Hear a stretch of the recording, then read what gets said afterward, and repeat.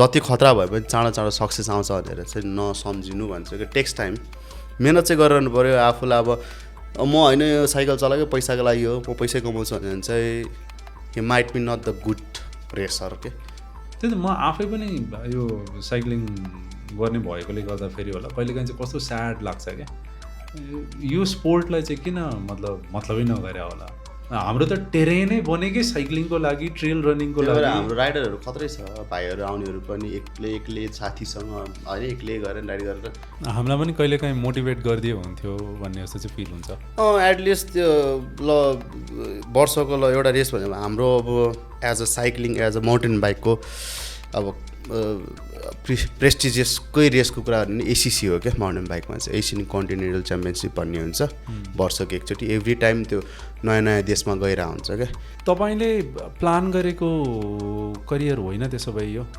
होइन आफै डोर्याउँदै ल्याएको करियर हो म त ब्रिटिस लाउरे बन्छु भनेर हिँडेँ मान्छे खतरा आउँदा खतरासँग रेस गर्न पाएपछि पो थाहा हुन्छ नि त वेयर आर यु स्ट्यान्ड भनेर अनि त्यो कुराले चाहिँ म चाहिँ त्यो कुरा चाहिँ कहिले पनि मिस गर्न चाहन्न झन् त्यही माथि एलिभेसनमा मुस्ताङमा फर्स्ट टाइम ट्रिप गर्दा 2-3 टर्निङै छोडिदिएपछि त चित्तै दुख्यो नि त कस्तो नि हुँदो रहेछ कस्तो फिट अनि त्यसपछि बिस्तारै नै आफूले ट्रेनिङ गर्दै गएपछि चाहिँ अनि आफूलाई पनि फिल भयो यस्तो हुँदो रहेछ है अनि फिट हुँदै गएछ त्यो मजा आउँदो रहेछ क्या त्यो अरूहरूभन्दा अलिक अडेको हुँदा चाहिँ सानसानी अलिकति प्राउड फिल हुँदो रहेछ फिट हुँदा अर्कै फिल हुन्छ क्या माउन्टेन बाइकरहरूलाई चाहिँ ट्रेल राइडिङ होइन अब हाल पाइन ट्रेलहरू अब हिमालको छेउछेउ साइकल चलाउँदाखेरि दे फिल अलाइभ होइन अब आउट अफ दिस वर्ल्ड भने जस्तो फिल हुन्छ मलाई फिल हुन्छ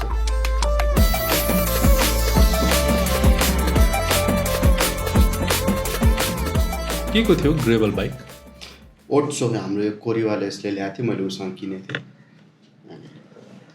ओट्सो क्यानेडियन ब्रान्ड उनीहरू चाहिँ यो ग्रेभल बाइक फ्याट बाइकहरू सिटी बाइकहरू मात्रै बनाउनु फ्याट बाइक चाहिँ के पर्पजको लागि चलाइन्छ हिउँको लागि ए मलाई थाहा थिएन भाइ फ्याट बाइक अहिलेसम्म मान्छेहरूले फ्याट बाइक चाहिँ विन्टरमा एन्टार्क्टिकाहरूमा चाहिँ फुल ठुलो ठुलो ग्लभ्स लगाउने टायर ठुलो भएपछि हिउँमा गाडिँदैन नि त त्यही भएर तपाईँको हिँड्दा पनि कति ठाउँमा त्यस्तो फ्ल्याट यस्तो के लाएर हिँड्छ नि किनभने गाडिँदैन क्या नाम अब माउन्टेन बाइकको टायरहरू चाहिँ तपाईँको यस्तो न्यारो हुन्छ अनि गाडिदिन्छ अनि अर्को भनेको चाहिँ फेरि हिउँ टाँसेपछि गुड्दैन धेरै गाह्रो भएको छ त्यसो तपाईँको त्यो मुस्ताङको के भन्छ त्यो प्रोबेबली पहिलो राइड होला तपाईँलाई जाने हो भनेर त्यो दिनको 2000 रुपियाँ त्यो मेरो फर्स्ट टाइम काठमाडौँबाटै भएर नि त्यतिखेर हिउँमा चलाएको होइन तपाईँ फर्स्ट टाइम नै दुःख पाएँ नि वाइल्डै थियो दुःख म त बचेको हजुर बचेको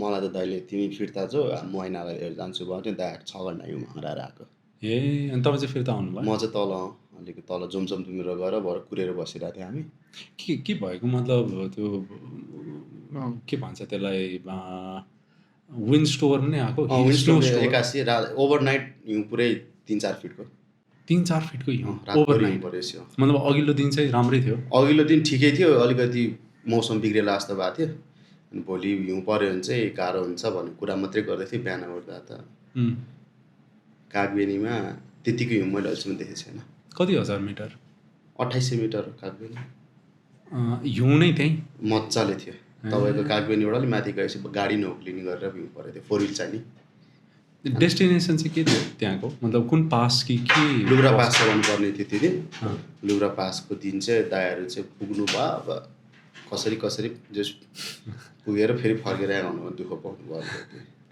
म बचेँ भनौँ न त्यहाँ चाहिँ त्यो फेरि तपाईँ जानुभयो कि कसो त्यहाँ त्यो गर्नलाई मतलब यो म सक्छु भन्ने केही फिल भयो कि भएन त्यतिखेर फर्किँदा फेरि त्यतिखेर थिएन किनभने मेरो प्रपर गियर पनि थिएन त्यो हिउँको लागि प्रिपेयर पनि थिइनँ त्यही इयर काठमाडौँमा नि हिउँ पऱ्यो त्यो शिवपुरीमा त्यतिखेर त्यही वर्ष कुन ट्रिपमा कुन 2014 को फेब्रुअरीमा त्यही काठमाडौँमा हिउँ पऱ्यो बेला त्यहाँ पनि राइड गरिरहेको थियो अनि माथि ठिकै थियो वेदर अनि त्यो फर्स्ट डे मुक्तिनाथ जाने दिन थियो गयो अनि भोलिपल्ट चाहिँ गाडीमा मुक्तिनाथ गएर अनि लुब्रा पास गरेर यसरी चढेर हामी मार्फत जान्थ्यो त्यो दिन चाहिँ बिजोग थियो त्यहाँ तल तल आएपछि त माथिको जस्तो जाडो नि हुँदैन अनि हिउँ पनि पर्दैन नि त तल त्यति। कुन साइकल थियो त्यतिखेर? मलाई अफिसले दिएको थियो, मन्दिर दाइले दिनुभएको थियो, रकी माउन्टेन स्लेयर भन्ने थियो। ए त्यो पनि छ Canadian होइन त्यो अहिलेसम्म पनि? मसँग, मैले पछाएको थिएँ अनि राखिरहेको छु। ए भाँच्या थियो त्यो? मैले अब दाइले मलाई तिम्रै अब तिमी चला भनेर दिनुभयो नि त पछि काम गर्दै गएपछि। अनि अब त्यही त त्यतिखेर पाएपछि खदा साइकल पाएपछि फ्री टाइम हुन्छ नि त। आई थिङ्क यो अब कलेज पछि त के अरे स्कुल पछि त कलेज त तपाईँको बिहानको 5-6 घन्टा त हो नि। ए त्यसपछि खाली अनि म त्यसरी मैले पढाइ पनि बिग्रियो, कन्टिन्यू गर्न सकिनँ। 11 पनि ब्याक लाग्यो, 12 त हो कि म त्यो गएँ। कलेजको सरहरूले सम्झ्यो अरे नि अहिले जे बिर्सिँदैन होला। भनेको 11-12 तपाईँले कम्प्लिट गर्नु भएन? गरिनँ अहिले। अनि त्यसपछि चाहिँ साइक्लिङ गाइड त्यसपछि चाहिँ आई थिङ्क अब यही रहेछ भने अनि अफ सिजनमा कुदै गर्ने, सिजनमा काम गर्ने, अनि रेस आउँदा रेस खेल्ने, अनि रिजल्टहरू पनि आइरहेको थियो। अनि बिस्तारै सपोर्टहरू पनि पायो। अनि त्यो झन् अब चाहिँ ओके भने अब चाहिँ म रेसर प्लस गाइड हो भने। अनि त्यसरी अनि अङ्ग्रेजीहरू राम्रो गर्न थालेँ, कोचिङ जान थालेँ। अनि मेकानिक अझै राम्रो गर्छु भनेर अनि बाइक सपहरू गएर बस्थेँ दिनभरि, हेर्थेँ, सिक्थेँ, अनि आफ्नै साइकलमा ट्राई गर्थेँ। त्यसै कति जति खर्च गर्छ यो फोरेनर्सहरू नेपाल आउँदाखेरि साइक्लिङ टुर जानु पऱ्यो भने? मिनिमम $2025 हो। मिनिमम 2025 डलर हजुर। त्यो त स्टिल चिप हो नि होइन? चिप हो नि, धेरै चिप हो नि। सस्तो हो। मतलब त्यतिमा एउटा कति ड्युरेसनको हुन्छ होला? त्यो मिनिमम त्यति हो तपाईँको म्याक्सिमम। ड्युरेसन चाहिँ ड्युरेसन तपाईँको 8 देखि 10 दिनको हो। 8 देखि 10 दिन $2500 कम्प्लिट। त्यसमा उनीहरूको प्लस हुन्छ नि त, फेरि साइकल आफैले ल्याउनु पऱ्यो, फ्लाइट आफै नै हो। अनि आई थिङ्क त्यसमा चाहिँ हामीले हाम्रो ट्रिपमा मात्रै खर्च हुने मात्रै त्यति हो। मतलब अकोमोडेसनहरूदेखि र हामीले चाहिँ त्यसरी चलाउँदैन, तर मान्छेहरू छ जसले 2025 चलाउँछ। भनेको इन्क्लुडिङ अकोमोडेसन, इन्क्लुडिङ स्टे सबै सब खै कसरी चलाउँछ अचम्म लाग्छ। त्यही भने $2500 त एक्सट्रिमली चिप भयो साइक्लिङको लागि एटलिस्ट। बेस्ट एक्सपिरियन्स दिने हो भने चाहिँ मान्छेले भन्छ पुग्छ होला भनेर, तर पुग्दैन। त्यही त बाटोमा बिग्रिन सक्छ, के हुनसक्छ, सबै मेकानिक्स आफूलाई त थाहा नहुनसक्छ। कति कुरा अब घाटा लाग्छ, त्यो नसोचेको कुरा हुँदा चाहिँ मान्छेले आफ्नै पकेटबाट हाल्ने। अन्त खरेला माग्न मिल्दैन, माग्यो भने चाहिँ अब सक्यो, फर्स्ट एन्ड लास्ट टाइम टाइपको हो। सस्तमा गरेपछिको चाहिँ बेफाइदा त्यही छ। एउटा राम्रो स्ट्यान्डर्ड मेन्टेन गर्नलाई चाहिँ राम्रो प्राइस युज गर्नुपर्छ, अनि त्यसमा तल माथि हुँदा चाहिँ त्यसबाट चलाउन सक्यो भने चाहिँ खतरा हो। ल Rajeshji, welcome to the Kathmandu frequency. धेरै धेरै धन्यवाद। साइक्लिङ किन गर्ने?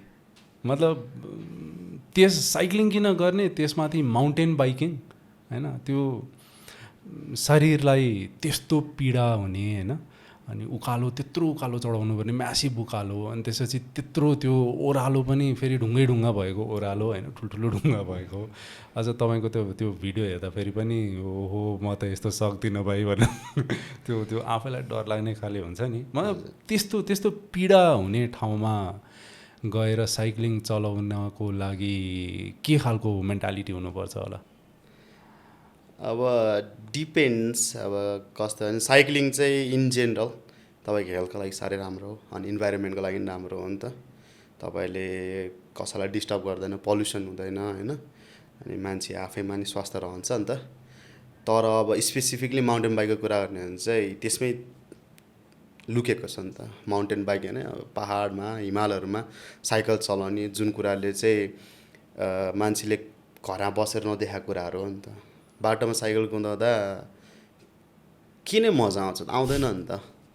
कुदाछ मात्रै हो नि त। तर अब स्पेसल्ली माउन्टेन बाइकरहरूलाई चाहिँ ट्रेल राइडिङ होइन, अब हाल पाइन ट्रेलहरू, अब हिमालको छेउ साइकल चलाउँदाखेरि दे फिल अलाइभ होइन, अब आउट अफ दिस वर्ल्ड भने जस्तो फिल हुन्छ, मलाई फिल हुन्छ। अनि डेफिनेटली अरूलाई नि फिल भइहाल्छ। अनि मैले देखेको छु दाइहरू जसले चाहिँ लेट सुरु गर्नुभयो, दे इन्जोइङ इट। लाइफमा चाहिँ केही पर्पज पाएँ मैले यार, वर्षको 1-2 चोटि चाहिँ यस्तो माउन्टेन बाइक ट्रिपहरू गएर चलाउनु पाएँ भने चाहिँ बवाल हुन्छ। भन्ने खाले कुराहरू। अब पीडा त डेफिनेटली जे कुरामा नि पीडा छ, हरेक स्पोर्ट्समा पीडा छ अन्त गर्ने भन्ने नै हो भने फुटबल पनि बल हान्न आउनु पऱ्यो पहिला त, स्टामिनाको लागि कुदेर ट्रेनिङ गर्नु त्यो नि पीडै हो नि त। तर मान्छेले क्या मजा आयो भन्छ नि, साइकलमा नि त्यही हो। पीडा भन्दा नि स्ट्रगल हुन्छ अलिअलि, तर when you start enjoying on that pain, त्यसमा अलिअलि तपाईँले इन्जोय गर्न थाल्यो भने चाहिँ तपाईँलाई आफ्नो लिमिट थाहा हुन्छ। झन् इम्प्रुभ हुँदै गएपछि चाहिँ ओके लास्ट टाइम मैले आधा घन्टामा हानेको थिएँ, म 20 मिनटमा हान्छु भन्ने हुन्छ उकालोहरूको कुरा। लास्ट टाइम मैले 20 किलोमिटर 3 घन्टा लगाएर कुदाएँ, आज यो पालि 2.5 घन्टा, आधा घन्टा इम्प्रुभ हो, अर्कोले 2 घन्टा। त्यो आफै इम्प्रुभ हुँदै गएपछि चाहिँ मान्छे ओके अनि आफै राम्रो फिल हुन थाल्छ नि जिउबाट नि, जिउ पनि एडप्ट गर्छ त्यो पेनहरूलाई। अनि स्टार्टिङको पेन र तपाईँले पछिको पेनहरू बिस्तारै अब कन्टिन्यू भयो भने चाहिँ फिल हुँदैन क्या। अनि तपाईँले म्याक्सिमम आउट पुस गऱ्यो भने मात्रै फिल हुने हो क्या। एक लेभलमा तपाईँ फिट भएपछि तपाईँ यु स्टार्ट इन्जोइङ इट क्या। त्यो कस्तो नि धेरै पुस पनि नगर्ने, धेरै इजी पनि नलिने, टक्क आफ्नो पेसमा चलाउने अनि ओह्रालो इन्जोय गर्ने भएपछि मोडर्न बाइकिङको त्यो स्वाद पाएपछि चाहिँ they all started enjoying it. त्यो अलिकति त्यो बिस्तारै त्यो डाउनहिलको त्यो टेक्निकल सेक्सनहरूको त्यो फियर हटेपछि चाहिँ दे स्टार्ट इन्जोइङ इट। त्यो तपाईँलाई पहिलोचोटि कुनै खतरा उकालो चलाउँदाखेरि नसकेको मतलब फिल, प्रोभाब्ली अभियसली पहिलोचोटि कुनै उकालो चढाउँदाखेरि एउटा पोइन्टमा पुगेपछि त्यो पेडल नै अगाडि बढ्दैन नि त, खुट्टाले जति थिचे पनि गर्नै नसक्ने हुन्छ नि। त्यो त्यतिखेर कस्तो के खाले फिल भएको थियो? मतलब कतिजना त त्यसमै डिस्कन्टिन्यू गर्छ होला प्रोभाब्ली, 2-3 चोटि ट्राई गर्छ। डेफिनेटली कतिजना चाहिँ कस्तो हुन्छ नि, त्यो स्ट्रगल त्यो उकालो कुदाउन नसकेको देखेर मेरो लागि होइन रहेछ भन्छ क्या। त्यो त मैले पनि सोचेको। अन्त म काठमाडौँतिर म पनि अब प्राय उकालो भनेर वाइल्ड कुदाउँदिनँ थिएँ पहिला डाउनहिल मात्रै गर्दा चाहिँ ठेलेर जाने, बोकेर जाने अनि ओह्रालो ड्याङ हान्ने थियो। अनि मैले फर्स्ट टाइम मैले 2014मा टुर गएँ, टुरमा अनि विदेशीलाई लाँदाखेरि विदेशीले ट्विटी मजाले गरी मैले फलो गर्न सकिनँ क्या। अनि यस्तो अब यस्तो नि हुँदो रहेछ सोचेँ। अनि त्यसपछि म प्रपर ट्रिपमा गएँ जो चाहिँ एकदम सेमी प्रो टाइपको राइडरहरू आउनुभएको थियो। अनि झन् त्यही माथि एलिभेसनमा मुस्ताङमा फर्स्ट टाइम ट्रिप गर्दा 2-3 टर्निङै छोडिदिएपछि त चित्तै दुख्यो नि त। कस्तो नि हुँदो रहेछ, कस्तो फिट। अनि त्यसपछि बिस्तारै नै आफूले ट्रेनिङ गर्दै गएपछि चाहिँ अनि आफूलाई पनि फिल भयो यस्तो हुँदो रहेछ है। अनि फिट हुँदै गएछ, त्यो मजा आउँदो रहेछ क्या। त्यो अरूहरूभन्दा अलिक अडेक कुदाउँदा चाहिँ सान्छ नि अलिकति प्राउड फिल हुँदो रहेछ। फिट हुँदा अर्कै फिल हुन्छ क्या। कम्पिटेटिभ भएन भने चाहिँ फेरि इम्प्रुभ हुँदैन, त्यो कम्पिटेटिभ हुनुपर्छ क्या। राम्रो वेमा, नराम्रो वेमा होइन, राम्रो वेमा। किनभने त्यो पछि गएर मेरोलाई फाइदा भयो नि त। म फिट भएँ, रेसहरू खेल्दा मलाई त्यति गाह्रो भएन। अनि टुरहरू लाँदाखेरि राम्रो खैर आउँदा पनि गाइड अगाडि हुँदा त अनि डेफिनेट उनीहरूले पनि सोचिहाल्छ अरे यार नेपालको गाइड पनि नामको गाइड होइन, साँच्चीको गाइड रहेछ, ही क्यान अल्सो राइड होइन। सबै कुरा ओभरअली त राम्रो हुनु पऱ्यो नि त, गाइड भनेर त बाटो देखाउने मात्रै होइन नि त, लिड पनि गर्नु पऱ्यो नि त। अनि आई थिङ्क त्यो कुराले चाहिँ उकालो चाहिँ अझै नै मन पर्दैन, तर गर्नुपर्छ भन्ने कुरा हो। त्यही गर्नै पऱ्यो नि, अब के गर्ने। उकालो आयो गाडीमा जाउँ भन्नु मिल्दैन खैरेलाई है। अनि त्यही हो क्या, त्यसकै लागि भने ट्रेनिङ गर्नै पऱ्यो। म चाहिँ यो कोटेश्वरको महादेवस्थान छ नि, हजुर त्यो महादेवस्थानको उकालोमा पहिलोचोटि चढाएको क्या, म त्यहीँ बस्छु क्या। अनि त्यो अघि मैले तपाईँलाई भने नि म 120 किलोको थिएँ होइन। अनि त्यो उकालो चढाउन खोज्दाखेरि मलाई अझै पनि याद छ, लिटरली त्यो 2 सर्कल पनि घुम्न सकेन क्या त्यो पेडल। 2 फुल सर्कल पनि घुम्न नसकेर म त्यहीँ नसकेको होइन। अनि म हेल्थको लागि स्टार्ट गरेको भए पनि बिस्तारै चाहिँ त्यो साइक्लिङ उकालो चढाउनको लागि चाहिँ मैले वेट रिड्युस गर्ने अरू उपायहरू खोज्न थालेँ क्या। अनि एकचोटि अझै पनि याद छ, त्यो तपाईँले कम्पिटिटिभनेसको कुरा गर्नुभयो, लामाटारबाट लागुरी भन्ज्याङ जाने रुट छ नि, त्यहाँबाट लागुरी भन्ज्याङ जाने त त्यतिखेर त मेरो इमेजिन पनि म गर्न सक्दिनँ थिएँ होइन। र त्यहाँबाट त्यो गोट फार्म हुँदै बालकोट झर्न मिल्छ नि, हो त्यति चाहिँ एटलिस्ट कान्नी कुथी भए पनि हान्छु भनेर गएको होइन। अनि त्यो ठ्याक्क लामाटारबाट त्यो जुन अफ रोड सुरु हुन्छ, अहिले त त्यो पुरै ढलान गरिसकेको छ, त्यो बाटो पनि अलिकति माथि गएपछि नसकेको। अनि डोर्याउँदै म अनि मेरो साथी होइन डोर्याउँदै गएर एउटा पोइन्टमा पुगेर हस्याङ फस्याङ गरेर बसिरहेछ। एकजना केटा तलबाट सुई टुई साइकल चलाउँदै आएर गइदियो क्या माथि, स्वाट गइदियो क्या। अनि उसलाई देखेपछि चाहिँ अनि मलाई पनि ओहो यो त मैले पनि सक्नुपर्छ भाइ, मेरो पनि त खुट्टा छ। डेफिनेटली त्यहाँदेखि सुरु गरेको साइक्लिङ। ट्रेनिङकै कुरा हो। अब हरेक कुरामा त्यही हो कि अब तपाईँले कन्टिन्यू दिनु भएन भने त डेफिनेटली अप्ठ्यारै भइहाल्छ। तर स्टिल त्यो त एक्सट्रिमली पेनफुल कुरा हो नि त। मतलब यो खुट्टाको त्यो काफ मसल त फुट्ला जस्तो हुन्छ नि एउटा पोइन्टमा, त्यो उकालो चढाउँदा अलि धेरै नै चढाउनु थाल्यो भने त्यो त फुट्छै जस्तो घुँडाबाट निस्किन्छ कि निक्यापै निस्किन्छ कि बाहिरबाट हड्डीसड्डी निस्किन्छ कि भन्ने। त्यस्तो साह्रो नै हुँदैन, तपाईँको बडीलाई नै एउटा लिमिट त थाहा हुन्छ। तर त्यो कहिलेकाहीँ चाहिँ त्यही हो, अब तपाईँको जिउले पहिला त्यति पेन र त्यति पीडा फिल गरेको छैन भने चाहिँ तपाईँलाई त्यस्तै फिल हुन्छ। तर बिस्तारै अब तपाईँले कन्टिन्यू गरिरहनु भयो भने त अब प्रब्लम अहिले थाहा हुनुहुन्छ होला, वेट कम भएपछि तपाईँलाई त्यो भार पनि कम हुन्छ, अलिक गुडेको जस्तो नि हुन्छ, किन वेटले नि म्याटर चाहिँ गर्छ त उकालोमा। होइन इन टाइम त्यो पेन त बिस्तारै घट्दै जाला, सबसाइड त होला, तर इनिसियल फेजमा त्यो पेन त थियो नि त, त्यो हुन्छै हुन्छ। त्यो पेनको बावजुद पनि मैले पेडलिङ चाहिँ किन गरिरहन्छु होला? अब एउटा कुरा त तपाईँको मोटिभेसन के थियो भने वेट घटाउँछु भन्ने थियो होइन, अब स्वास्थ्य हुन्छु भन्ने थियो नि त। अब मान्छे कुद्ने मान्छे नि त्यही त नि, कतिजना रनिङ गर्छ, जिममा जान्छ, ओभरवेट भएको मान्छेहरू ओभर द टाइम त अब एक दिन गाह्रो हुन्छ, 2 दिन गाह्रो होला, 1 हप्ता गाह्रो होला, बढीमा 2 हप्ता गाह्रो होला, बिस्तारै एडअप हुन्छ नि त त्यो पेन पनि। साइकलमा पनि सेम हो। म पनि कति स्ट्रगल गर्थेँ सुरुमा पेडलिङ, यो उकालोहरू ट्रेनिङ गर्दाखेरि। अनि राम्रो राइडरसँग गयो भने त झन् छोटिने कि कहाँ अब कहिले भेट लाग्यो नि नभेट्ला, अनि घर फर्किनु पर्थ्यो। किन उनीहरू त टक्क हामी आज जान्छ, जति सक्दो कुद, सकेन भने फर्क्यौ भन्थ्यो नि त। क्रस कन्ट्री राइडरहरूसँग जाँदा त्यही, अनि सिधामा सँगसँगै छु, उकालो सुरु भएछ अनि अलिकति टाढा हराउँथ्यो कि, अनि त्यो टर्निङबाटै हराउने, अनि त्यसपछि मोटिभेसन डाउन, अनि घर फर्कियो। अनि त्यही अब बिस्तारै, अनि पछि चाहिँ होइन जति सक्छ त्यति ट्राई गर्छु भनेर बिस्तारै, अनि त्यो आफ्नो इम्प्रुभमेन्ट हुँदै गएपछि पुस गऱ्यो, जति पुस गऱ्यो त्यति मजा आउँदै थाल्छ क्या। अनि एक्लै गर्दा चाहिँ मैले त्यो कहिले पनि इम्प्रुभ फिल भएन, अनि अरू आफूभन्दा बेटरसँग कुदाउँदा चाहिँ फिल हुन्थ्यो। त्यही कम्पिटिटिभनेसले गर्दा कम्पिटिटिभ पनि हो। अनि अर्को कुरा उनीहरूलाई देख्थ्यो नि त, उनीहरू त मभन्दा धेरै राम्रो, अनि उनीहरूसँग किपअप गर्न सकेपछि आई हेभ है मेरो इम्प्रुभ भएछ, अझै इम्प्रुभ हुन्छ भन्यो। अनि त्यो किपअप गरी त्यो ट्रेनिङ कन्टिन्यू गरेपछि फिल हुन्छ त्यत्तिकै।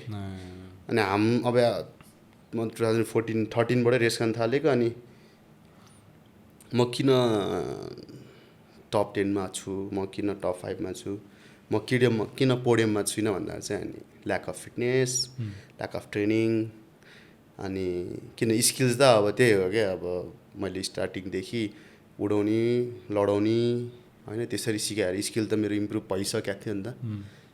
मलाई जम्प हान्न आउँथ्यो होइन, बमहरू हान्न आउँथ्यो, टेक्निकल चढ्न आउँथ्यो, तर फिटनेस थिएन नि त। अनि तपाईँले 2 मिनटको लागि 100% दिँदा त when you are not on that level राम्रो हुँदैन नि त। अनि त्यो फिल भयो। अनि त्यसपछि कन्टिन्यू हुँदै गएपछि प्याडलिङमा राम्रो भएपछि स्प्रिन्टहरूमा राम्रो हुन थालेँ, स्प्रिन्ट पनि ट्रेनिङ गर्न थालेँ। अनि त्यसपछि त्यही रेस कोर्समा फास्टेस्ट टाइमहरू हान्न थालेँ। अनि मोटिभेसन भयो, ल अब त नम्बर 1 अब झन् मिहिनेत गर्नुपर्छ, किनभने त्यो मेरो लाइफमा त्यो जहिले याद गरेको कुरा, जहिले यहाँ पुग्नु सजिलो चाहिँ यहाँ बस्न गाह्रो छ भन्छ नि, अनि त्यही याद आउने। अनि ट्रेनिङ चाहिँ गरिरहने, अब साथीहरूसँग नि गर्ने, एक्लै नि गर्ने, राम्रोसँग नि गर्ने, स्लोसँग नि, सबैसँग गर्ने, अब सबैसँग राइड गर्थेँ। अनि त्यो मेरो काम पनि फेरि साइकलै कुदाउने। अनि त्यो फिटनेसको लेभल चाहिँ आई थिङ्क एउटै भयो। अनि अलि अल्छी गर्दा अलिकति घट्थ्यो, अनि फेरि ट्रेनिङ गरेपछि फेरि आइहाल्थ्यो। अनि मलाई त्यति गाह्रो हुँदैन थियो कि, तर गाह्रो त इन अ सेन्स गाह्रो भइहाल्थ्यो। तर compare to other competitors I still have advantage भने जस्तो त्यो एडभान्टेज चाहिँ जहिले पनि थियो। अनि हाई एल्टिट्युडमा ट्रिप चलाएर आउने अलिकति फिट भएर आउँथेँ रेसहरू खेल्दाखेरि, अनि त्यसले नि एकदम एडभान्टेज हुन्थ्यो मलाई। नेपालमा के भन्छ चलाएको सबैभन्दा दामी ट्रेल चाहिँ कुन हो? अब फर्स्ट टाइम मलाई फिल भएको चाहिँ मुस्ताङै हो। अब सिङ्गल ट्र्याक भएको यत्रो तलसम्म देखिरहेको छ कि सिङ्गल ट्र्याक अनि माथिबाट जस्तो देख्यो तल पनि त्यस्तै कि यत्रो टायर मात्रै अट्ने तुफान 60-70 किलोमिटर पर आवरमा कुद्ने अनि केही छैन क्या परसम्म देखिरहेको छ कुदाइदिए टाइपको हुन्छ नि त। अनि रिसेन्टली अनि अब हाम्रो फाप्लुमा माउन्टेन बाइक ट्रेल बनाएको छ रातनाङ्गे फाप्लु रातनाङ्गे ट्रेल सेन्टर भनेर। अनि त्यो नि डिफ्रेन्ट। तपाईँले खोल्नु भएको थियो? होइन हामीले होइन, त्यहाँ चाहिँ फाप्लु माउन्टेन बाइक क्लब छ। अनि त्यसको सबभन्दा ठुलो इनिसिएटिभ चाहिँ अब हाम्रो टङ्गी दाई, आङ दाई, यहाँको लोकलहरू, त्यहाँबाट फ्रेन्ड्स दाई बस्नुहुन्छ, नेपाल बस्नु थालेको 20-25 वर्ष भयो।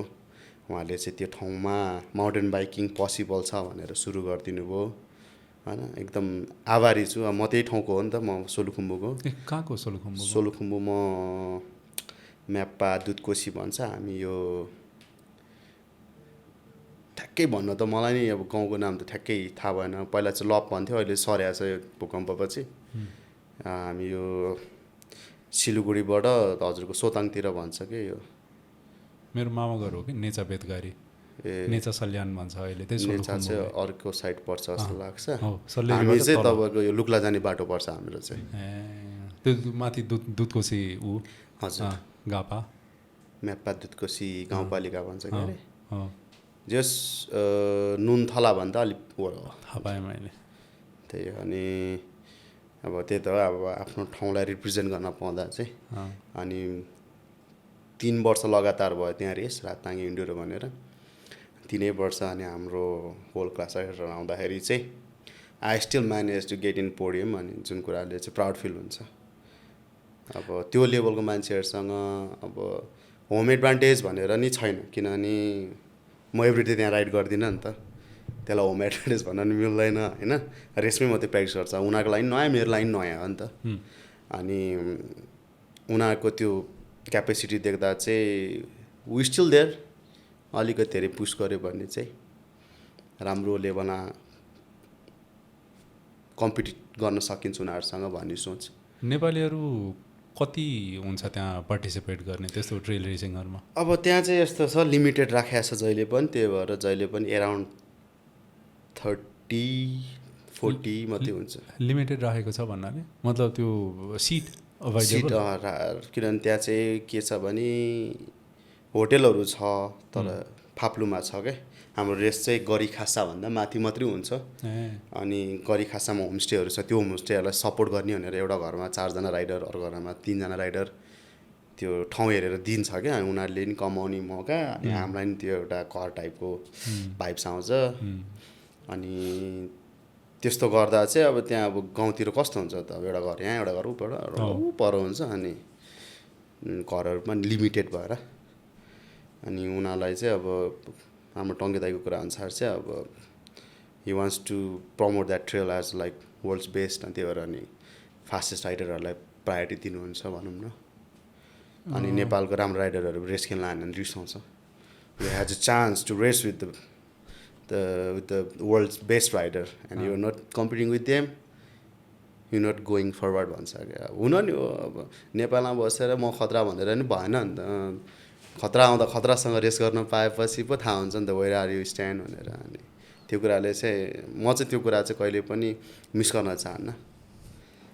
सो त्यहाँ बाहिर मात्र पोस्ट गरेर भएन, यहीँ इन्टरनेसनल कम्पिटिटर्सहरूसँग आउँदाखेरि झन् घरमा आइरहेछ होइन। भिजा लाउनु परिरहेको छैन, फ्लाइट टिकट काट्नु परिरहेको छैन, होम ग्राउन्डमा कुदाउनु पाइरहेछ हो।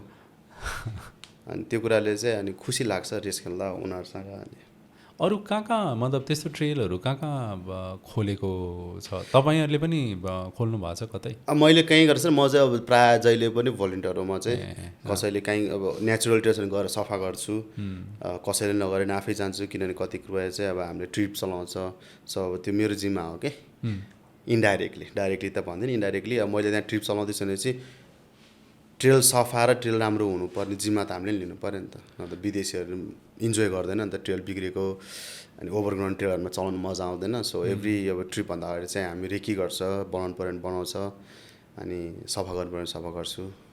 कतिवटा जस्तो ट्रेल होला नेपालमा? तपाईँले त साइक्लिङ गाइड पनि गर्नुहुन्छ होइन? अब मलाई पूर्व पश्चिमको धेरै थाहा छैन। पूर्वको भनेको सोलुमा छ। अब त्यहाँ आई थिङ्क अब अहिलेसम्म उनीहरूले 15 देखि 17वटा कतिवटा खोलिसक्यो अरे ट्रेलहरू सो वर्ल्ड क्लास ट्रेलर नै छ होइन त्यहाँ चाहिँ त्यहाँ तपाईँ राइडिङ गर्नुभयो भने तपाईँ नेपालमै छ जस्तो फिल हुँदैन क्या त्यस्तो खतरा ट्रेलर छ अनि अब पश्चिममा भयो भने मुस्ताङ भयो अनि अप्पर मुस्ताङमा छ अब भ्याली भित्रभित्र छ धेरै छ अनि काठमाडौँमा हेर्ने भने पहिलाको हेरिकन धेरै कम भएको छ अब डोजरी विकास भएर अब जताततै बाटो पुगेको छ अनि के भन्छ अरे यो बाटोहरू राम्रो गर्ने भनेर सिङ्गल ट्र्याकहरू हाइकिङ ट्रेलहरू पनि भर्याङ बनाइदिएको छ भर्याङमा त साइकल चलाउनु मजा आउँदैन नि त अनि त्यस्तो भएको छ तर स्टिल छ फुलचोकीमा 1-2वटा छ नगरकोटमा 4-5वटा छ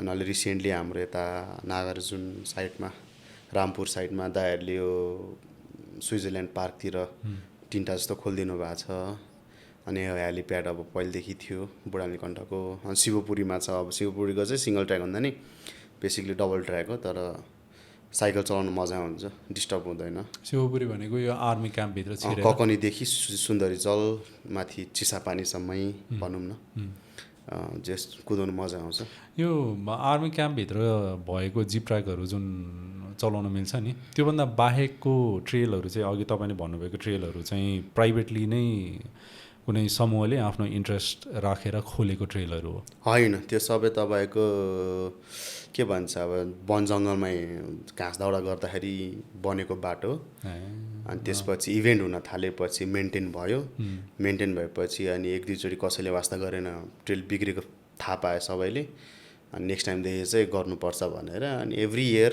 कसै न कसैले मिलेर जस ट्रेलहरू मेन्टेन गरिरहेको हुन्छ जस चलाउनु मिल्ने बनाइरहेको हुन्छ त्यसमा लोकल गभर्मेन्टले कतिको हेल्प गर्दो रहेछ छैन है गाह्रो छ अब बुझ्दैन नि त हाम्रो नेपालमा अब गाउँमा गएर यो बाटो यस्तो राम्रो छ साइक्लिङ ट्रेल बनायो भने के हो तिनीहरूलाई हो नि अब उनीहरू घाँस दाउरा गर्ने बाटोमा हामीलाई साइकल चलाउँदा क्या दामी यार त्यहाँ त्यस्तो थियो त्यहाँ यस्तो थियो मैले यस्तो गरेँ भन्छ त्यहाँका मान्छेले के गरे कस्तो ठाउँमा कुदाएन त्यहाँ बाटो उता छ भनिदिन्छ उनीहरूले मर्छ क्या हो भन्ने गाउँतिर गएर यसो गोरेटो बाटो छैन तपाईँहरू मान्छे हिँड्ने साइकल चलाउनु पऱ्यो भने हुँदैन सक्दैन तिमीहरूले बाटो झर भनिदिन्छ होइन नेपालमा गाह्रो छ बुझाउनलाई नेपालमा पोटेन्सियल चाहिँ कस्तो देख्नु भएको छ राजेश पोटेन्सियल खतरा छ अब राइडरले अब कम्युनिटीमा लागेको मान्छेले पसलको मान्छेले मात्रै सक्दैन त्यही त मतलब यो त एक्सपेन्सिभ स्पोर्ट नै हो नि त एकदम एक्सपेन्सिभ चिप स्पोर्ट त होइन होइन अब यसको लागि जुन गियर युज हुन्छ त्यो इन्ड्योरो रेसिङ गर्नको लागि होइन त्यो ट्रेलमा जानको लागि एटलिस्ट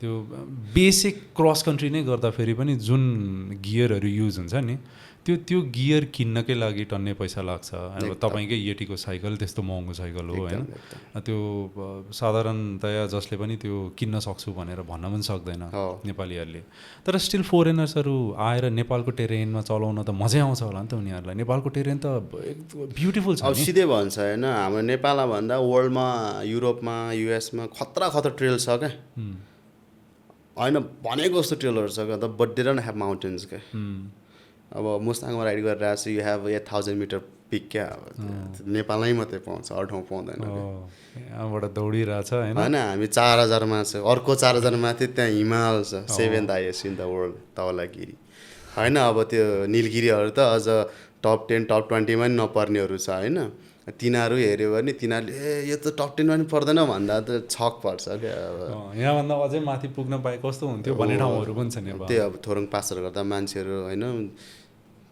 लाइफमा मैले जे जति एचिभ गरेँ नि यो चाहिँ खतरा भन्छ नि कतिजनाहरू 5,400 मिटरमा बाइक लिएर गएको छ उनीहरूको त्यो माउन्टेन बाइकहरू प्रपर माउन्टेन बाइकहरूको त्यो जोसै अलगै हुन्छ क्या मैले त्यही तपाईँको रिसर्च गरिराख्दाखेरि अब Asian enduro series overall champion यहाँ एक पेज त तपाईँको मात्रै रहेछ क्या लिस्ट मात्रै रहेछ कि के गर्नुभएछ तपाईँले भन्ने कुरा होइन पढौँ न Asian enduro series overall champion होइन अक्रस द सिजन त्यसपछि 6 time Nepal national downhill champion 7 time हजुर यसले आउटडेटेड रिसर्च गर्दैछ त्यसो भए ChatGPT-ले लास्ट अनि साउथ एसियन गेम्सको डाउनहिल गोल्ड मेडलिस्ट 2019 हजुर अनि 2018मा त अझ नेसनल जियोग्राफिकको एडभेन्चरर अफ द इयर होइन नेपालको क्याटेगोरीको अनि फ्रान्सको मेगाभ्यालान्स टप 50 होइन त टप 50 49 ठ्याक्कै कतिजनाले उ गराएको थियो त्यसमा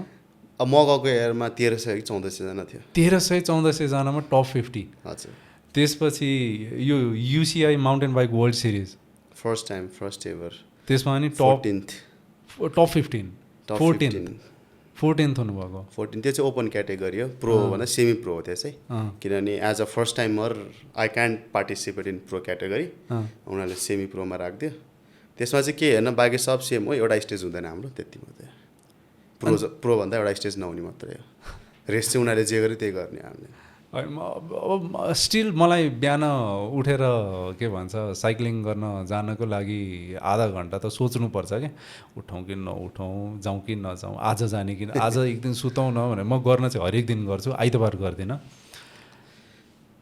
तपाईँको यो सबै एक्युलेडहरू होइन त्यसपछि एसियन इन्ड्युरो सिरिज प्रोभाब्ली तपाईँले सबै गर्नुभयो होला मोस्ट अफ द प्लेसमा गरेँ मोस्ट अफ द प्लेसेस त्यसपछि अब 2017-18 के त्यही अघि एसियन इन्ड्युरो सिरिज नेपाल त्यसपछि श्रीलङ्काको इन्ड्युरो एलके भन्ने अनि थाइल्यान्ड त्यसपछि मलेसिया फिलिपिन्स इन्डोनेसिया चाहिँ एसियन गेमको लागि डाउनहिलको लागि गएँ त्यहाँ चाहिँ इन्डोर रेस खेलिएको छैन तर त्यहाँनिर हट्छ यो सबै एक्युलेट्स भइराख्दा फेरि गभर्मेन्टले किन नजरअन्दाज गरिदिएको होला किन बुझ्दैन किन एटलिस्ट बेसिक अवेरनेस किन छैन होला mountain biking as a sport नेपालको लागि त साँच्चै भन्यो भने मैले साइक्लिङ यो अफ रोड जान थालेदेखि नै मलाई मेरो दिमागमा चाहिँ नेपालमा टुडे काठमाडौँ जस्तो होइन त्यो त्यसपछि ट्रेल रेसिङ इन्ड्युरो च्याम्पियनसिपहरू त्यस्तो गभर्मेन्टले फोस्टर गरेर किन गर्न सक्दैन त्यस्तो च्याम्पियनसिप्सहरू खै आई थिङ्क अब मैले दोष लाउनु खोजे त होइन कन्ट्रोभर्सियली हुनसक्छ अब हाम्रो नेपालमा सबभन्दा फेमस स्पोर्ट्स फुटबल र क्रिकेट फुटबलको हालतहरू कस्तो छ अब हाम्रो त एक्सपेक्टै छैन कि हुन्छ नि अब हाम्रो एसोसिएसनको अब हाम्रो मान्छेहरूले नै कहिले पनि पुस गर्न खोज्नु भएन जस्तो लाग्छ हुनुहुन्छ सेम मान्छेहरू हुनुहुन्छ वर्षौँदेखि त्यहाँ तर कहिले पनि उनीहरूको कार्यकालमा केही एचिभमेन्ट भएको अब एसियन गेम के भन्छ नि एसियन साउथ एसियनमा त अब हाम्रो हायर चान्स त्यहाँ किन because in amongst the south Asian country we are like really in a good position as a mountain biking scene हेर्दा चाहिँ अनि त्यसमा त हामीलाई प्रेसर पनि थियो जित्नुपर्छ भन्ने अनि out of 12 medals we win 10 त हो नि त 12वटामा 10वटा जित्यो नि त 12वटामा 10वटा गोल्ड त सबै क्रस कन्ट्रीमा नि डाउनहिलमा पनि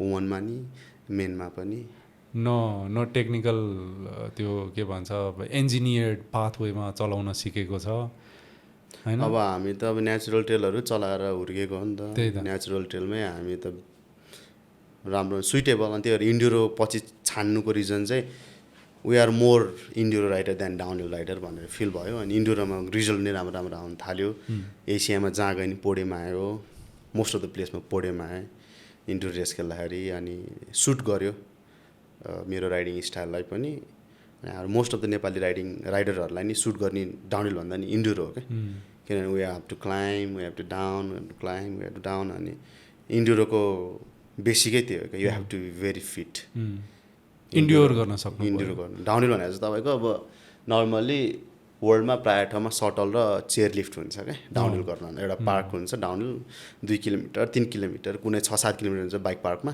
तर नर्मल रेस डिस्टेन्स भनेको 1.5 देखि 2.5सम्मको अनि त्यो भनेको जहिले पनि सटल दिन्छ अब हामी एसियन च्याम्पियनसिप एसिसी भन्छ एसियन कन्टिनेन्टल च्याम्पियनसिप डाउनहिलमा गयो भने सबै सटलै युज हुन्छ क्या अनि इन्ड्युरोमा चाहिँ तपाईँको प्र्याक्टिस गर्दा नि रेस फर्मेट नै प्र्याक्टिस गर्नुपर्छ कि लिआइजन नै चलाउनु पऱ्यो डाउनहिल चलाउनु पऱ्यो लिआइजन नै चलाउनु पऱ्यो अब हाम्रो अझ नेपाल अब एसियनमा त त्यति गाह्रो छैन होइन अब मैले त्यो वर्ल्ड कप खेल्दाखेरि एसियाको इन्ड्युरो वर्ल्ड कप खेल्दाखेरि चाहिँ फिल भएको उनीहरूले चाहिँ टाइम दिन्छ क्या तपाईँहरू 1.5 घन्टामा चाहिँ त्यो स्टार्ट टाइम भनेर टक्क यत्रो निकालिदिन्छ मेरो नाम बाइक नम्बर हुन्छ मेरो अनि स्टार्टिङ कति बजे हुन्छ त्यसपछि मेरो हरेक स्टेजको टाइम हुन्छ क्या त्योभन्दा अगाडि म पुग्नै पर्छ त्यो पछि गयो भने त्योभन्दा पछि गयो भने चाहिँ पेनाल्टी लाग्छ टाइम पेनाल्टी अनि त्यो कस्तो भने एकदम क्यालकुलेटेड हुनुपर्छ खाने टाइममा साइकल बिग्रियो भने ठ्याक्क बनाउनु पऱ्यो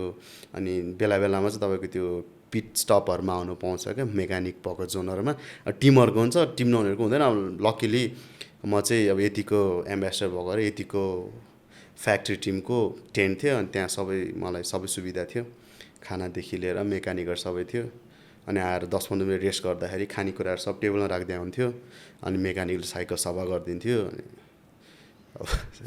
ड्रिम रेस हुन्छ नि त्यो अब केही गर्नु नपर्छ अब एसियामा अथवा नेपालमा रेस गर्दा पनि सबै आफैले गर्नुपर्छ आफैले गर्छु म इभन अर्काको पनि गरिदिरहेको हुन्छु होइन चिनी साथीभाइहरूको दाइहरूको बनाइदिरहेको हुन्छु अनि आई थिङ्क अब that's what this sports makes great क्या त्यो अब कसैलाई केहीको मतलबै छैन क्या मतलब राइभरी भए पनि एउटै ठाउँमा बसेर खाइरहेछ हामी होइन एउटै ठाउँमा चियाइरहेछ एउटै ठाउँमा खाना खाइरहेछ सँगै कुदाइरहेछ बाहिर त्यस्तो हुँदैन सर्टेन हुन्छ क्या त्यो रेसमा चाहिँ आफ्नो टिम भन्ने छ आफ्नै टिम अरूलाई चिन्दैन त्यो चाहिँ मैले फिल गरेँ देखेको जस नेपालीहरू चाहिँ युजुअली अर्काको टिम भन्दा पनि हेल्प गर्न मिल्ने ठाउँमा हेल्प गरिदिने बाहिर नि गर्छ तर हामी नेपालीहरू चाहिँ एकदम भाइचारा हुन्छ नि हो हामीसँग आई थिङ्क माउन्टेन बाइकमा त्यस्तो देखेको छैन रिसिबिक चाहिँ देखेको छैन अहिलेसम्म everyone is happy to help everyone नयाँ मान्छेहरूलाई झन् एकदम वेलकम होइन हुन्छ नि नयाँ सिकाएर जबरजस्ती भए पनि चलाउनुपर्छ है यस्तो यस्तो यो सिक यो लिउ होइन टाइपको यो यसपालि चाहिँ रासोपाले प्युठानमा साइक्लिङ ट्रेल खोल्ने कुरो छ क्या धेरै सुनेको छु आई थिङ्क यता पोखरा साइड पनि सुनेको छु अस्ति भर्खर पुनिलमा नि खोलेछ भर्खरै अब आई थिङ्क अब हामीले चलाएको छैन तर पोखराको हाम्रो चिन्नी भाइहरूले गएर ओपनिङ गरेर रहेछ मतलब त्यो पनि गभर्मेन्टले गरे होइन आई थिङ्क गभर्मेन्टै होला दाइ गभर्मेन्टले हो होला आई थिङ्क किनभने वडाबाट गछ भने त प्रब्लली वडाबाट पैसा यहाँ पनि भएको 1-2 वडा त भएको हो वडाले पैसा जिगने चाहिँ अब गभर्मेन्टबाटै ल्याउनु त हो त्यो पैसा आई थिङ्क भएको हो आई थिङ्क प्राइभेटली बनेको आई थिङ्क गभर्मेन्टले पैसा नहालेर तर स्पेसिफिक माउन्टेन बाइक ट्रेल भनेर खोलेको चाहिँ नागार्जुन होला होइन त्यहाँ चाहिँ कम्युनिटी मिलेर गरे हो बाइक सप पर्सनली अनि ओडाले चाहिँ ठाउँ दिएको टाइपको जङ्गलमा ल तपाईँहरूले खन्न पायो बनाउनु पायो उल्टो उनीहरूलाई पे गरिरहेको छ अझ वर्षको हुन्छ नि ट्रेलको 20-25 हजार गरेर उनीहरूलाई अझ उल्टो पैसा दिएर अझ उल्टो ट्रेल बनाएर एउटा त्यो ट्रेल जानको लागि त्यहाँ साइकल चलाउनको लागि पैसा लाग्छ आई थिङ्क त्यही होला किनभने पैसा ठाउँ दियो नि त उनीहरूले त्यसो केही समयपछि ह्यान्डओभर गरिदिनु पर्यो त्यो प्रोजेक्ट जस्तो वर्षको जस यति पैसा टाइपको हिसाबले एभ्री इयर चाहिँ त्यहाँ उनीहरूलाई एज अ डोनेसन एज अब त्यो जङ्गल युज गरेको बापत टाइपको चाहिँ दिनु पर्यो जस्तो सुने मैले अब फाप्लोमा चाहिँ त्यो पोसिबल छैन त्यही भएर जसले सक्छ उनीहरूको नाममा ट्रेल बनाइदिएको छ वर्षमा त्यो ट्रेल मेन्टेन गर्नको लागि चाहिँ हामीले पैसा दिन्छौँ होइन भोलिन्टरी भन्दा नि अब त्यो उनीहरूले जसले सक्छ त्यो टाइपको उनीहरूको नाममा ट्रेल राखिदिन्छु भनेर अब एपिक माउन्टेन बाइकले दिन्छ वर्षको 20-25 हजार उसको नाममा एउटा ट्रेल छ हिमालयन सिङ्गल ट्र्याकको नाममा एउटा ट्रेल छ होइन त्यस्तो वर्षको 20-25 हजार भने केही होइन तर त्यो ट्रेल छ नि त चलाउन पायो भन्ने कुरो अब त्यसरी सबै ठाउँमा भयो भने चाहिँ आई थिङ्क अब लकडाउन पछि स्लो डाउन भएको चाहिँ भन्छु म इन जेनरल माउन्टेन बाइक चाहिँ साइक्लिङ चाहिँ होइन है बनाउनको लागि होइन तपाईँको एज अब राइड नै कम्युनिटी राइड नै मान्छेहरू नि अब तितर बितर भयो जस्तो लाग्छ कति अब मैले देखेको भाइ बहिनीहरू छैन सब विदेशमा छ अनि मेरै साथीहरू विदेशमा छ अनि सँगै सुरु गरेको साथीहरू नेपालमा आई थिङ्क अब हरेक कुराले गाह्रो बनाए एज अ इन्कम वाइज होइन अब सस्टेन हुनलाई त आफूले नै सस्टेन स्टेबल इन्कम हुनु पऱ्यो नि त त्यो छैन नि त अब तपाईँको 3-4 लाखको साइकल किनेको छ त्यही माथि होइन 60 हजारको गियर छ हेलमेट जुत्ता ग्लोभ्स नी प्याड भन होइन एक्सपेन्सिभ अति एक्सपेन्सिभ छ मान्छेहरू केही समयलाई चाहिँ सस्टेन गर्छ जस्तो तस्तो तर कसैको राम्रो इन्कम ब्याकग्राउन्ड राम्रो इन्कम छ भने चाहिँ भइरहेछ जसको छैन उनीहरूले चाहिँ ल अहिलेलाई चाहिँ यसलाई फुल स्टप लाउँ केही गरौँ नयाँ भनेर चाहिँ अनि उनीहरू बाहिर जाँदाखेरि चाहिँ अब त्यही त हो नि बाहिर गएपछि पैसा राम्रो कमाउँछ अब त्यसमै भुलिन्छ अनि कति आफूले चाहेको कुरा गर्न पाउँदैन अनि त्यसरी छुटिरहेछ त्यसरी कम भइरहेछ प्रायः यता त्यसपछि त बन्दै भयो नि बन्दै इभन हाम्रो नेपालमा अब मोडर्न बाइक गाइडै कम भइसक्यो अब सिजन आउनलाई गाइड खोज्दा खोज्दा हैरान छ। पहिला पहिला चाहिँ हुनुहुन्थ्यो, पहिला पहिला चाहिँ अप्सन धेरै हुन्थ्यो। यसमा इन्कम चाहिँ राम्रो छ कि छैन माउन्टेन अब if you are very qualified experience होइन हरेक कुराले राम्रो छ भनेपछि कम्पनीले राम्रो पे गर्छ। त्यसो भए त्यो थोरैजनामा मात्रै छ, त्यो सीमित छ।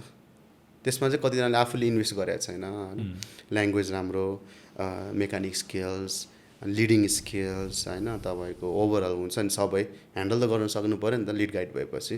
त्यो कुराहरू सबैमा चाहिँ छैन। त्यो ओभरअल एउटा गाइड अर्गनाइज गर्न कतिको डिफिकल्ट छ नेपालमा बनाउनलाई कि होइन, गाइड गरेर कुनै टुरिस्टलाई लिएर गएर त्यो कम्प्लिट ट्रेल सकाउनलाई? मतलब राम्रो काम हो, एकदम मेहनतको काम हो होइन। मैले चाहिँ सोधेको त्यसमा अब पास लिनुपर्ने होला उसको लागि तपाईँको एक्याप पर्मिट, के अरे एक्याप भन्दा अब के अरे पर्मिटहरू चाहियो नेसनल पार्कको। ट्रेकिङमा लिइन्छ होइन, ट्रेकिङको तपाईँको सटल युज गर्नु पऱ्यो। सटल कति दिन के हो, कतिजना हो, अब गाडीले त पर डेको हिसाबले लिन्छ, एकजना होस् या दुईजना होस् होइन। अनि तपाईँको होटेलहरू भयो, खाने ठाउँहरू भयो, रेस्टुरेन्टहरू भयो।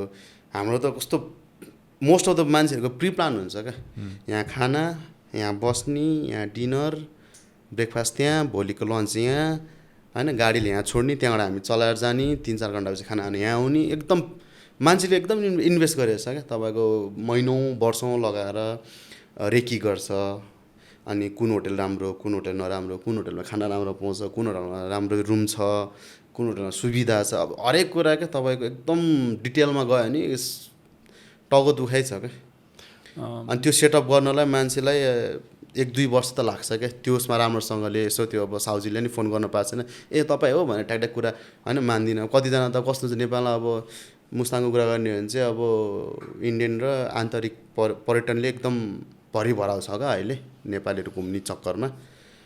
अब पहिला बाटो बिग्रा हुँदा कम थियो, अनि बिस्तारै जान्थ्यो, मान्छे बिरामी नै हुँदैन थियो। अब अहिले एकै दिनमा पुग्यो भने जोमसम्म पुगिदिन्छ होइन। अब तपाईँ झन् तराईका मान्छेहरू 200-300 मिटरबाट पछि चाहिँ सबैजना हाई अल्टिट्युड लाग्छ। अहिले चाहिँ अब 1-2 वर्ष भयो देख्न थालेको, मुस्ताङ छिर्नुभन्दा अगाडि सब देखाउँछ क्या, हाई अल्टिट्युड सिक्नेस यस्तो उस्तो होइन भनेर ब्रोसर नै बाँड्छ क्या। पहिला त्यस्तो थिएन क्या, पहिला चाहिँ मान्छेले बिस्तारै बिस्तारै जान्थ्यो, एक्लोमेटाइज हुन्थ्यो, बिरामी कम हुन्थ्यो क्या। अब इन्डियनहरू त अब आउट अफ 10 हुन्छ नि, 1-2 जना त मर्छ टाइपको वर्षमा। किनभने अब एल्टिट्युड 6 अब मुक्तिनाथ त 29-38 छ नि त, गाह्रो छ। नेपालीहरू बिरामी हुन्छ। अनि त्यही हो, अब हरेक कुरा सोच्नु पऱ्यो। अब 4000भन्दा माथि सुत्नु भएन त्यस्तो कुराहरू, किन क्लाइन्टलाई दुःख दिनु त भएन नि त। उनीहरू यत्रो पर आएको, दुःखै मात्रै गर्न त होइन नि त। एक दिन दुःख हुन्छ होला 4 घन्टाको लागि, तर सधैँ त गर्नु भएन नि त। उनीहरूले मजा आउनु पऱ्यो नि त। पेन सधैँ रमाइलो पनि त हुँदैन, सधैँ रमाइलो हुँदैन नि त। अब डेफिनेटली। तपाईँको नाम आरजे भने चाहिँ राजेशको एक्रोनिम हो? आई थिङ्क त्यही हो, किनभने फर्स्ट टाइम म फर्स्ट ट्रिपमै हो यो, 4 जना क्यानेडियनहरू थियो। अनि राजेश भने उनीहरू अब त्यो राजेश भन्न नसक्ने नि त। अब अहिले राजेश भन्दा त राजेश ठ्याक्कै कसैले भन्न सक्दैन होइन। I think I should call you RJ, it's really good short name for your name होइन। अनि you also rip the bike, so RJ ripper भनेर त्यसरी निक्लिएको थियो त्यो नाम। अनि त्यसपछि राजेश त मेरो त कमै सुन्छ, ब्याङ्कमा कि सरकारी काममा गयो भने चाहिँ राजेश भनेर राजेश मगर भने मात्रै फिल हुन्छ। अरूलाई त साथीहरूले आरजे भन्छ है, अब काम गर्ने मान्छे सबले आरजे भन्छ, चिनीले पनि आरजे भन्छ। सो अलमोस्ट एभ्री डे युसेजको नाम आरजे रिपर तपाईँको? 50-50 छ। राजेश त एकदम कमाइले मात्रै भन्छ, आरजे भन्ने चाहिँ मोस्ट अफ द अहिले मेरो कम्युनिटीमा प्रायः सबैले आरजे नै भन्छ। राजेश चाहिँ मेरो प्रब्ली घरको साथी, स्कुलको साथीहरूले चाहिँ राजेश भनेर बोलाउँछ। त्यो आरजे रिपर हुनुभन्दा अगाडिको मान्छेले अनि त्यो आरजे रिपर भएर चिनेको सबैलाई आरजे नै भन्छ। तपाईँलाई चाहिँ के मनपर्छ, राजेश मगर कि आरजे रिपर? अब आई थिङ्क आउल कल, अब आरजे चाहिँ मेरो स्टेज नेम जस्तो हो है, अनि मजा लाग्छ सुनेर। अनि त्यही हो जस खत्रै निकनेम पाएँ। अब सानो बेला त होइन काले के थियो निकनेमहरू, यो चाहिँ खत्रै लाग्यो। यो चाहिँ सुन्दा नि आरजे मजा आउँछ नि सुन्नु। अब कतिजना त अब सानोदेखि हुर्केको दाइहरूले दृष्टिले अब ओए काले भन्छ होइन। त्यही हो। अब तपाईँको यो अहिलेसम्मको जोर्नी त्यो डकुमेन्ट्री बनेको थियो नि, हजुर हजुर त्यो डकुमेन्ट्री पनि हेरेँ होइन, अनि तपाईँको अरू इन्टरभ्यूहरू पनि हेरेँ, अनि यति साइकलले पनि तपाईँको इन्टरभ्यू राखेको छ क्या अरे, यति साइकलकै पेजमा पनि। हजुर हजुर के भन्छ अरे आर्टिकल जस्तो छ। हजुर आर्टिकल छ। त्यो साइकलहरू, तपाईँको फोटो, तपाईँले राइड गरेको ठाउँहरू त्यो सबै राखेर क्या ब्युटिफुल छ कि त्यो आर्टिकल यति साइकलको त्यो वेबसाइटमा। हजुर हजुर त्यो सबै हेर्दाखेरि तपाईँको इनिसियल फेज चाहिँ राम्रै सफरिङ रहेछ, मतलब साइक्लिङ त्यस्तो एन्थुजियास्टिकली चलाउनको लागि मन लागे तापनि रिसोर्सको त अभाइलेबिलिटी त नभएकै हो नि त तपाईँको लागि त सुरुमा चाहिँ। हजुर हजुर। अनि तपाईँले अब दुःखै गरेर कुन उमेरमा किन्नुभएको तपाईँले त्यो फ्र्याङ्केन बाइक? यो यसमा थियो कि मैले राखेको उयो ठ्याक्क फोटो म यो राख्छु भनेरै डाउनलोड गरेर यहाँ रेडी गरेर राखेको थिएँ, ठ्याक्क त्यो स्लाइड गर्ने बित्तिकै आओस् भनेर। यो साइकल त त्यही अब आई थिङ्क 9-10 पढ्दा होला, 2010-11 तिर, 10-11-12 को भनेको 14-15 वर्षको उमेरमा। हजुर हजुर यो साइकल किन्नुभएको। यो साइकलको बडी स्ट्रक्चर त यस्तो थिएन नि तपाईँले किन्दाखेरि, यो त तपाईँले वेल्डिङ गरेर बनाउनु भएको हो नि। अलमोस्ट सिमिलर हो, त्यो बिचको एउटा पार्ट मात्रै यसको यसरी ठाडो माथि एउटा सानो स्प्रिङ थियो, त्यसकै लागि मात्रै मैले बिचमा काटेर यसरी रिङ जस्तो बनाएर लामो सस्पेन्सन हालिदिएको हो क्या। अनि अगाडिको त्यो अब हेड ट्युब भन्छ अहिले त, पहिला त हामीले के भन्थ्यो थाहा छैन त्यो हेड ट्युब पनि यत्रो सानो थियो नि त, अनि त्यसको लागि अब त्यो बाइकको अगाडि ठुलो सस्पेन्सन हाल्नुलाई त्यसरी त्यो जिआई पाइप वाइल्डिङ गरेर के गरिरहेको थियो कि। के को साइकल थियो यो? चाइनिज बाइक थियो यो, अब ठ्याक्कै यही त थाहा भएन, त्यस्तै अस्कार के थियो त्यतिखेरको। कतिमा किन्नु भएको थियो? अब साथीले त 7-8 हजार तिरे अरे, मैले चाहिँ 2500 मात्रै तिरेको साथीलाई। 2500? 2500मा किन्नुभयो? कसरी कमाउनु भयो 2500? अब म घर काम गर्थेँ अरूको लागि त्यतिखेर, अनि मेरो काम चाहिँ कुकुर सुकुर डुराउने, फुलमा पानी हाल्ने, अनि बिहान त्यो दुध र यस्तो पाउडी अन्डा किनेर ल्याइदिने स्कुल जानुभन्दा अगाडि। कति समय लाग्यो 2500 जोड्नलाई? लाग्यो होला दाजु, अब त्यही पनि एकैचोटि दिएर किने आएन, मैले नि साथीलाई पहिला 1000 रुपियाँ त्यस्तो दिएँ, अनि पछि बिस्तारै 500 यस्तो गरेर दिए। इन्स्टलमेन्टमा किन्नु? इन्स्टलमेन्टमा साथी। सो यो फ्र्याङ्केन बाइक बनाइदिनु भयो तपाईँले? हजुर। त्यो पछाडिको रियर सस्पेन्सन चाहिँ स्कुटरको हालेको थिएँ। कतिमा किन्नु भयो? त्यो त कवाडीमा चाहिँ अब 300-400 रुपियाँमा किने जस्तो लाग्छ। कवाडीमा गयो अनि यसो ओ यो पनि साइकलमा खतरा हुन्छ नि। अनि त्यहाँ निशान्त भन्ने साथी थियो, ऊ चाहिँ भैँसी पार्टीमा सँगै हुर्क्यो, अनि पछि तल कुपन्डल चढेको थियो क्या। अनि कुपन्डल एरियामा त यो स्क्रैपको पसलहरू धेरै थियो नि त, स्टोर जस्तो। अनि उसले गएर उसले नि के गर्ने, अनि उसको त्यहाँ जान थालेपछि म त्यहीँ मात्रै, अनि खालि। अनि त्यो एपिकले चाहिँ यो के त्यस्तै कता कवाडी कुनलाई सामानहरू बेचिदिँदो रहेछ क्या, पुरानो फेरेको सामान, ब्रेकहरू के। अनि त्यो खोज्दै गएर अनि त्यहाँदेखि उसले अब कतिमा किन्दै थाहा थिएन, अनि हामीसँग चाहिँ राम्रै पैसा लिन्थ्यो। अनि त्यहाँबाट यस्तो ह्यान्डल बारहरू अलिअलि बाङ्गेको, अनि त्यस्तो गियरको तितहरू कवाडीले त डाङडुङ उठाएर लान्थ्यो, अनि चाहिने छानेर ल्याउँथ्यो क्या हामीले चाहिँ। अनि त्यसरी घर आयो, अनि त्यही गऱ्यो, आमा गाली खायो है। अनि त्यहाँ साइडको घरभन्दा साइडमा त्यो वेल्डिङ पसल थियो, त्यहाँको दाइ कहाँ गएर अनि त्यो वेल्डिङ हानिदिने, त्यस्तो गरेर अनि बनाएर चल्यो पनि। अनि साथीहरूले नि त्यस्तै गर्नु थाल्यो, अनि मैले ल यस्तो गर्नुपर्छ केटा भन्यो। अनि त्यसपछि त आफू हिरो भइहाल्यो नि, यस्तो गर्नुपर्छ भन्यो। अनि सुमन भन्ने थियो साथी, निशान्त, हामी 3जनै हो। कहाँ उफार्नु भयो साइकल? त्यही भैँसी पार्टी वरिपरि, अनि त्यो हात्तीवनमा चाहिँ डाउनहिल ट्र्याक छ, अनि त्यसपछि हात्तीवन धेरै जान थाल्यो। हात्तीवनको ट्र्याक पनि हानिदिनु भयो साइकलमा? त्यसपछि त मान्छेहरूले अलिकति नोटिस गरे। मतलब हाम्रो के भन्छ प्रधानजीले पनि, मन्दिरजीले, हजुर तपाईँलाई त्यही ट्र्याकमा भेट। हजुर, त्यही हिमालयन के अरे यो लाइफ साइकल डाउनहिल थियो, अनि त्यतिखेर प्र्याक्टिस गर्दाखेरि म यही साइकलमा प्र्याक्टिस गरिरहेको थिएँ। तपाईँको आमाले यो मतलब छोराले धेरै साइकल चलायो भनेर बेचिदिएको वाला साइकल चाहिँ कुन हो? त्यो चाहिँ मम्मी गार्मेन्ट होमबाट अब त्यही त्यो सुरुमा त्यो BMX टाइपको बाइक दिनुभएको थियो मम्मी गार्मेन्ट ठाउँबाट। अनि त्यो चलाएर अनि अब त्यस्तो अब कस्तो गरिदिनु अब साइकल लुकाइदिने अनि हामी बस्दा घरमा त पहिला भैँसी 6-7वटा थियो अनि भैँसीको माथि त्यो भैँसीको गोडमाथि चाहिँ त्यो पराल लाइन थियो अनि पराल लर छुपाइदिँदो रहेछ क्या लुकाइदिने रहेछ सुरुमा त्यस्तो गरिदिनु भयो सुरुमा लुकाइदिनु भयो लुकाएको नि भेटाएँ त्यो चेन पनि काटेर राखिदिनु भयो त्यो चेन जोड्न पनि सिकेँ होइन केही गर्नु नसकेपछि बेचिदिनु भयो क्या 90 रुपियाँमा कवाडीले त कति नै पैसा दिन्छ त अनि त्यो त्यसरी चलाइराखेको साइकल बेचिदिँदाखेरि चाहिँ कस्तो फिल हुने रहेछ म त रोएँ नि अब खतरा रोएँ जस्तो भातै खाएन 1-2 दिन घर छोडेर हिँड्ने जस्तो फिल हुने त्यस्तो एक दिन त हिँडे पनि पुलिसले समातेर गाली गर्यो मलाई ए घरबाट निस्किदिनु भयो तपाईँ रातभरि बाहिर साइकल बेचेपछि त्यसपछि नै हो हाम्रो पहिला चाहिँ मैला घरमा भित्रपट्टि पुलिस चौकी थियो 12-1 बजी हिँड्दाखेरि अनि रोकेर गाली गरेर एकछिन राखेर अनि पठाइदियो बिहान अनि घर गएँ ब्याक टु नर्मल आमाले के भन्नुभयो त गाली गर्नुभयो नि त्यही त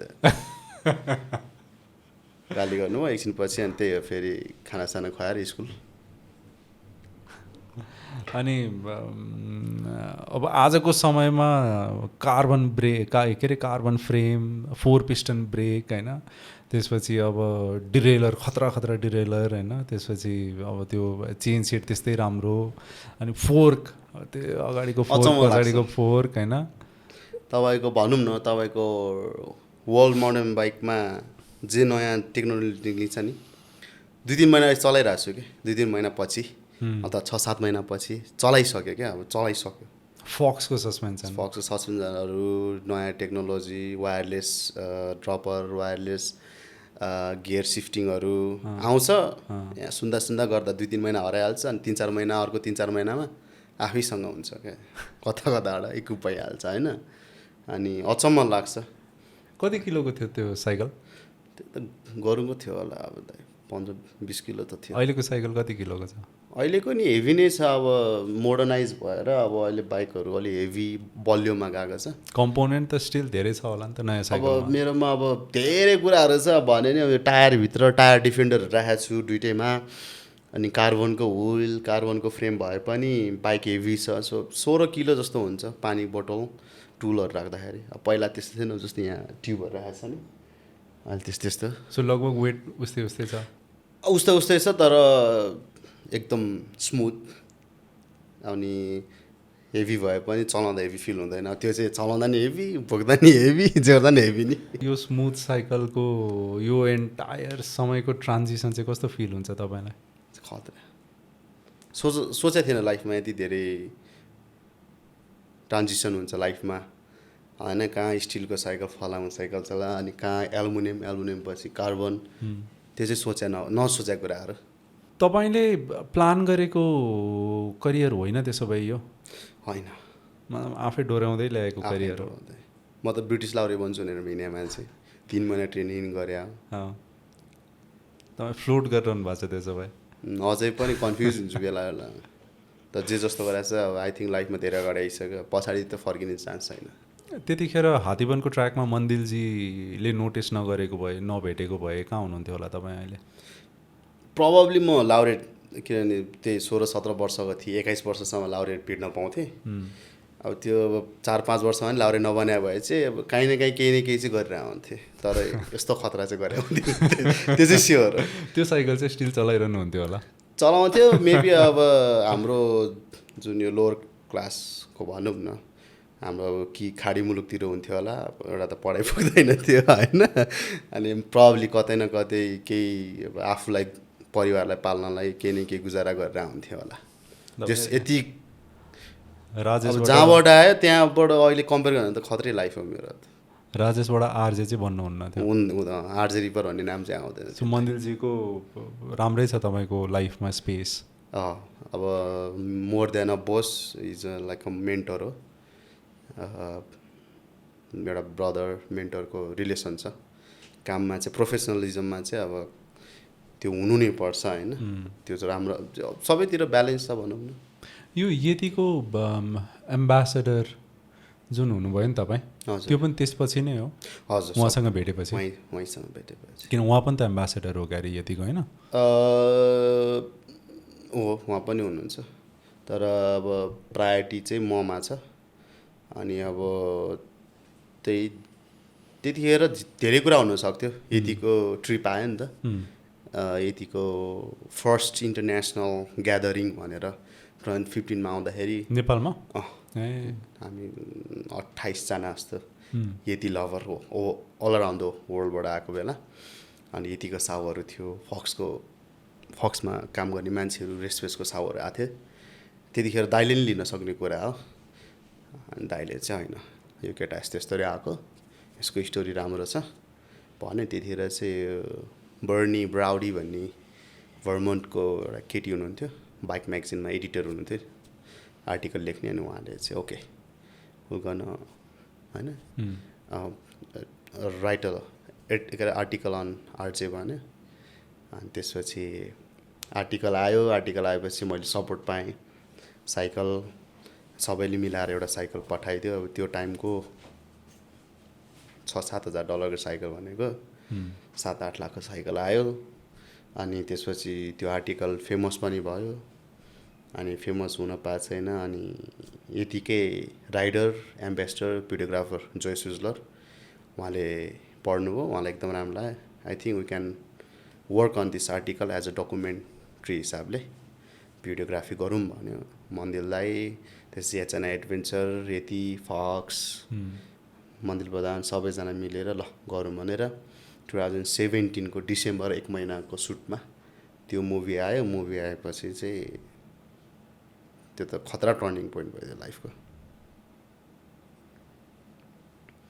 क्या राम्रो छ यो साइकल। खतरा छ। आई थिङ्क यो साइकल योजक भाइसँग होला। कोसँग? योजक भाइ।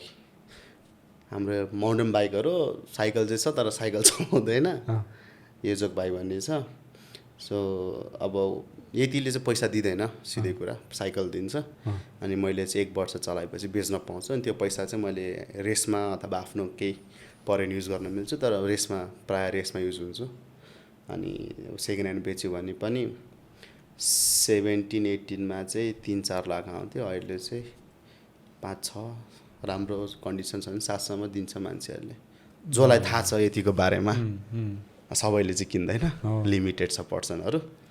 तर अहिलेसम्म त्यसरी चलिरहेछ। कहिलेकाहीँ इन्डियामा, कहिलेकाहीँ भुटान बेच्छु आफ्नो पुरानो बाइकहरू। अनि त्यो पैसाले चाहिँ भुटानमा पनि राइडरहरू छ, चिनेको भाइ दाइहरू हुनुहुन्छ, अनि उनीहरूलाई बेचिन्छु। अनि त्यही पैसाले रेसहरू खेल्न जान्छु। अलिअलि त्यसले सपोर्ट हुन्छ, मलाई चाहिएको कुराहरू किन्छु। अब लाइफ त्यसरी चलिरहेको छ अहिलेसम्म। यो टायर चाहिँ म्याक्सिसको राम्रो कि स्वाल्वेको राम्रो? जुन पनि राम्रो, जसले फ्रीमा दिन्छ त्यो राम्रो। किन्नु पऱ्यो भने चाहिँ अब त्यस्तै हो। What is the best tyre in the world भन्यो भने फ्री टायर हो। तपाईँलाई के बिटा लाग्छ भने कसैले खाना फ्रीमा दियो भने त्यो खतरा। किन्नु पऱ्यो भने त खत्रै खानेकुरा खान्छ नि। भोक लाग्नु पऱ्यो। त्यस्तै हो। Best cycle in the world. त्यो साइकल पनि बेस्ट भोक लाग्दा त। तर यो साइकल त खत्रै छ तपाईँको।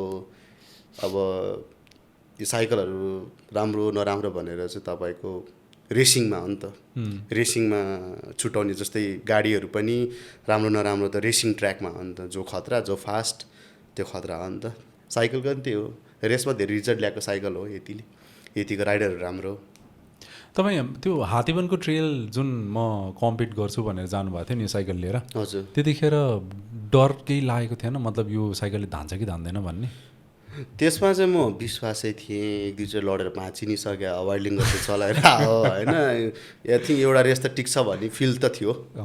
अनि डर चाहिँ के थियो भने कहिलेकाहीँ चाहिँ आफूलाई डाउट हुन्थ्यो नि त, ए रोड ग्याप हान्न सक्ला कि नसक्ला, खुट्टा कामिरहेछ फिल हुन्छ नि त। नर्मल सानो सानो ड्रपहरू, अब यता 2 फिटको ड्रप हाल्दा नि साइकलले धेरै आवाज निकाल्थ्यो अनि भाँचिन्छ कि, त्यो डर चाहिँ हुन्थ्यो। तर मन धेरै लडिसकेको थियो नि त त्यतिखेरसम्म। तपाईँले पाटपुर्जा पनि भाँच्नु भएको छ जिउको? अहिलेसम्म दुःख त पाएको छु होइन, टच वर्ड। हड्डी भाँचेको चाहिँ छैन, तर दुःख दिएछ जिउलाई। सोल्डर डिस्लोकेट चाहिँ भएको छ क्या तपाईँको? सोल्डर डिस्लोकेट भएको थियो, त्यसपछि मेरो एङ्कल अझै पनि फुल्ली रिकभर भएको छैन। मेरो लोवर ब्याक, मेरो हातहरू अहिलेसम्म दुख्छ, बेला बेलामा लड्यो भने बल्झिन्छ नि त, अनि त्यो फुल्ली रिकभर भएको हुँदैन। अनि सबभन्दा धेरै दुःख दिएको चाहिँ लोवर ब्याक र एङ्कलले अहिलेसम्म। भाँचेको होइन, तर त्यतिखेर मैले रुख हिर्काएँ एङ्कलमा चाहिँ, अनि 2 चोटि नै त्यही सेम एङ्कलमै सेम इन्जुरी दोहोऱ्याएर भयो। अनि सेकेन्ड टाइम चाहिँ मोर ड्यामेज, त्यो हड्डीको बिचमा कार्टिलेज भन्छ नि, कुरकुरे हड्डी, त्यो चाहिँ हिल नहुँदो रहेछ नि त, अनि त्यो पाल परेछ। अनि स्टेज 2 मा छ। स्टेज 4 भने चाहिँ बस्दै नबस्ने, स्टेज 2 चाहिँ कटाकुटु गर्छ खुट्टा, अब त्यही दुख्छ धेरै। अब दिनभरि उभिरह्यो भने दुख्छ। स्टिल थ्रिल चाहिँ सकिँदैन, सकिया छैन। अब चाहिँ अलिकति सोच्ने बेला भयो कि अब 30 ले छोयो होइन। अनि अब मतलब अघि त तपाईँले एज फ्याक्टर होइन भन्नुभएको थियो नि त होइन होइन, तर अब यस्तो हुन्छ कहिलेकाहीँ अब रेस्पोन्सिबिलिटीले गर्दा चाहिँ डराउँदो रहेछु। अब टिनेजमा अब कसैको केही मतलब थिएन, अब परिवारको भार आउँछ नि त। अनि म केही भयो भने घर चल्दैन, अथवा घरमा गाह्रो हुन्छ, बुढाबुढी हुनुभयो, अब रोगले समात्ला, त्यसको लागि प्रिपेयर होइन, अब कमाउनु पऱ्यो, बचाउनु पऱ्यो भन्ने सोच आउँदा चाहिँ, अनि आफू चलेन भने अब साइकल नचलाइ त कसरी कमाउने होइन। अनि त्यो भएर चाहिँ अलिकति पहिलाको जस्तो रिस्क नलिएला कि।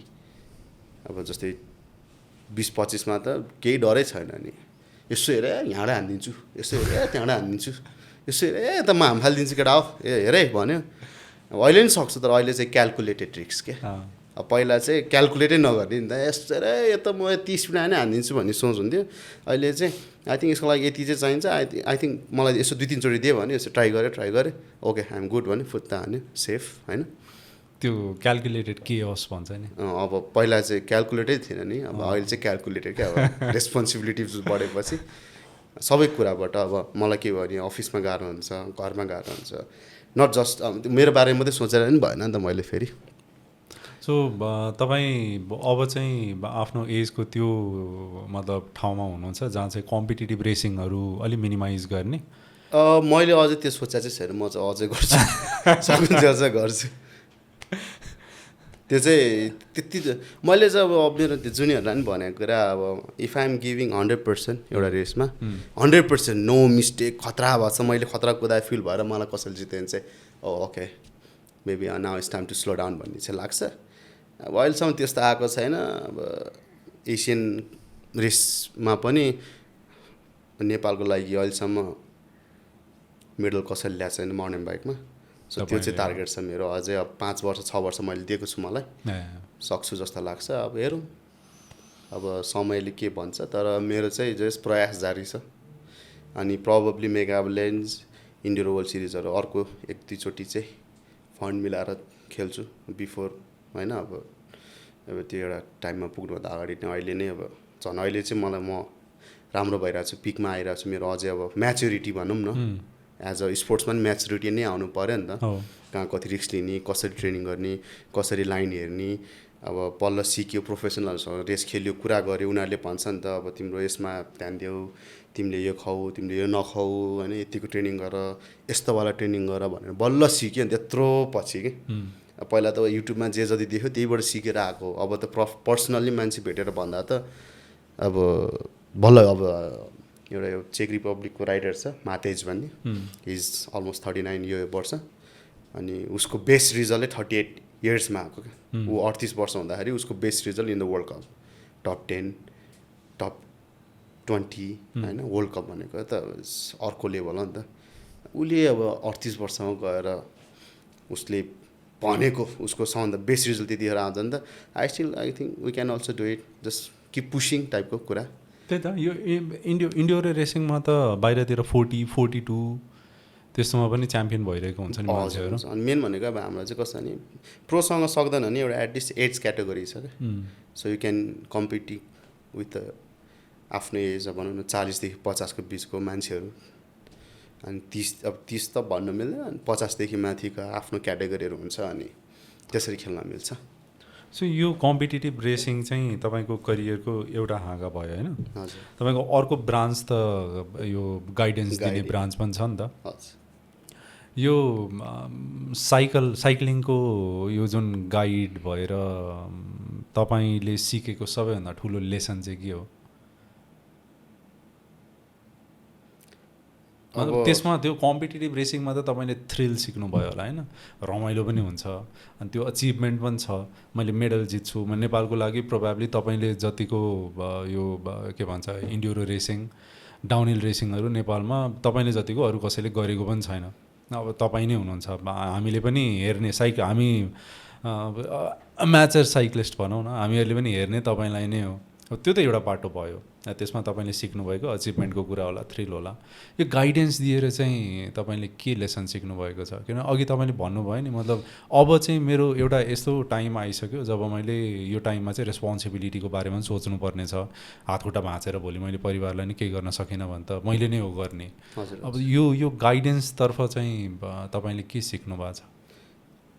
मैले सबभन्दा खतरा सिकेको कुरा चाहिँ मेरो देश अति खतरा रहेछ भनेर, नेपाल। अब म जति नेपालीलाई थाहा छैन नि त, हो नेपालमा माउन्ट एभरेस्ट छ यो त्यो, तर झन् विदेशी ल्याएर when you take them on a ride, गाउँको बिचबाट बच्चाहरूले नमस्ते हेलो भन्छ नि, अनि त्यो खैरेल भन्छ क्या आई केम फर दिस भन्छ क्या। माउन्टेन बाइक त बहाना हो भन्छ नि त। I came for the culture, the people, the religious. नेपालको होइन कस्तो मिलेर बसेको छ नि हाम्रोमा, बुद्धिस्ट हिन्दू होइन एभ्रिथिङ इज एउटै ठाउँमा छ नि। विदेश जस्तो हाम्रो जात के अरे यो रिलिजियसमा चाहिँ त्यति झडा पर्दैन नि त।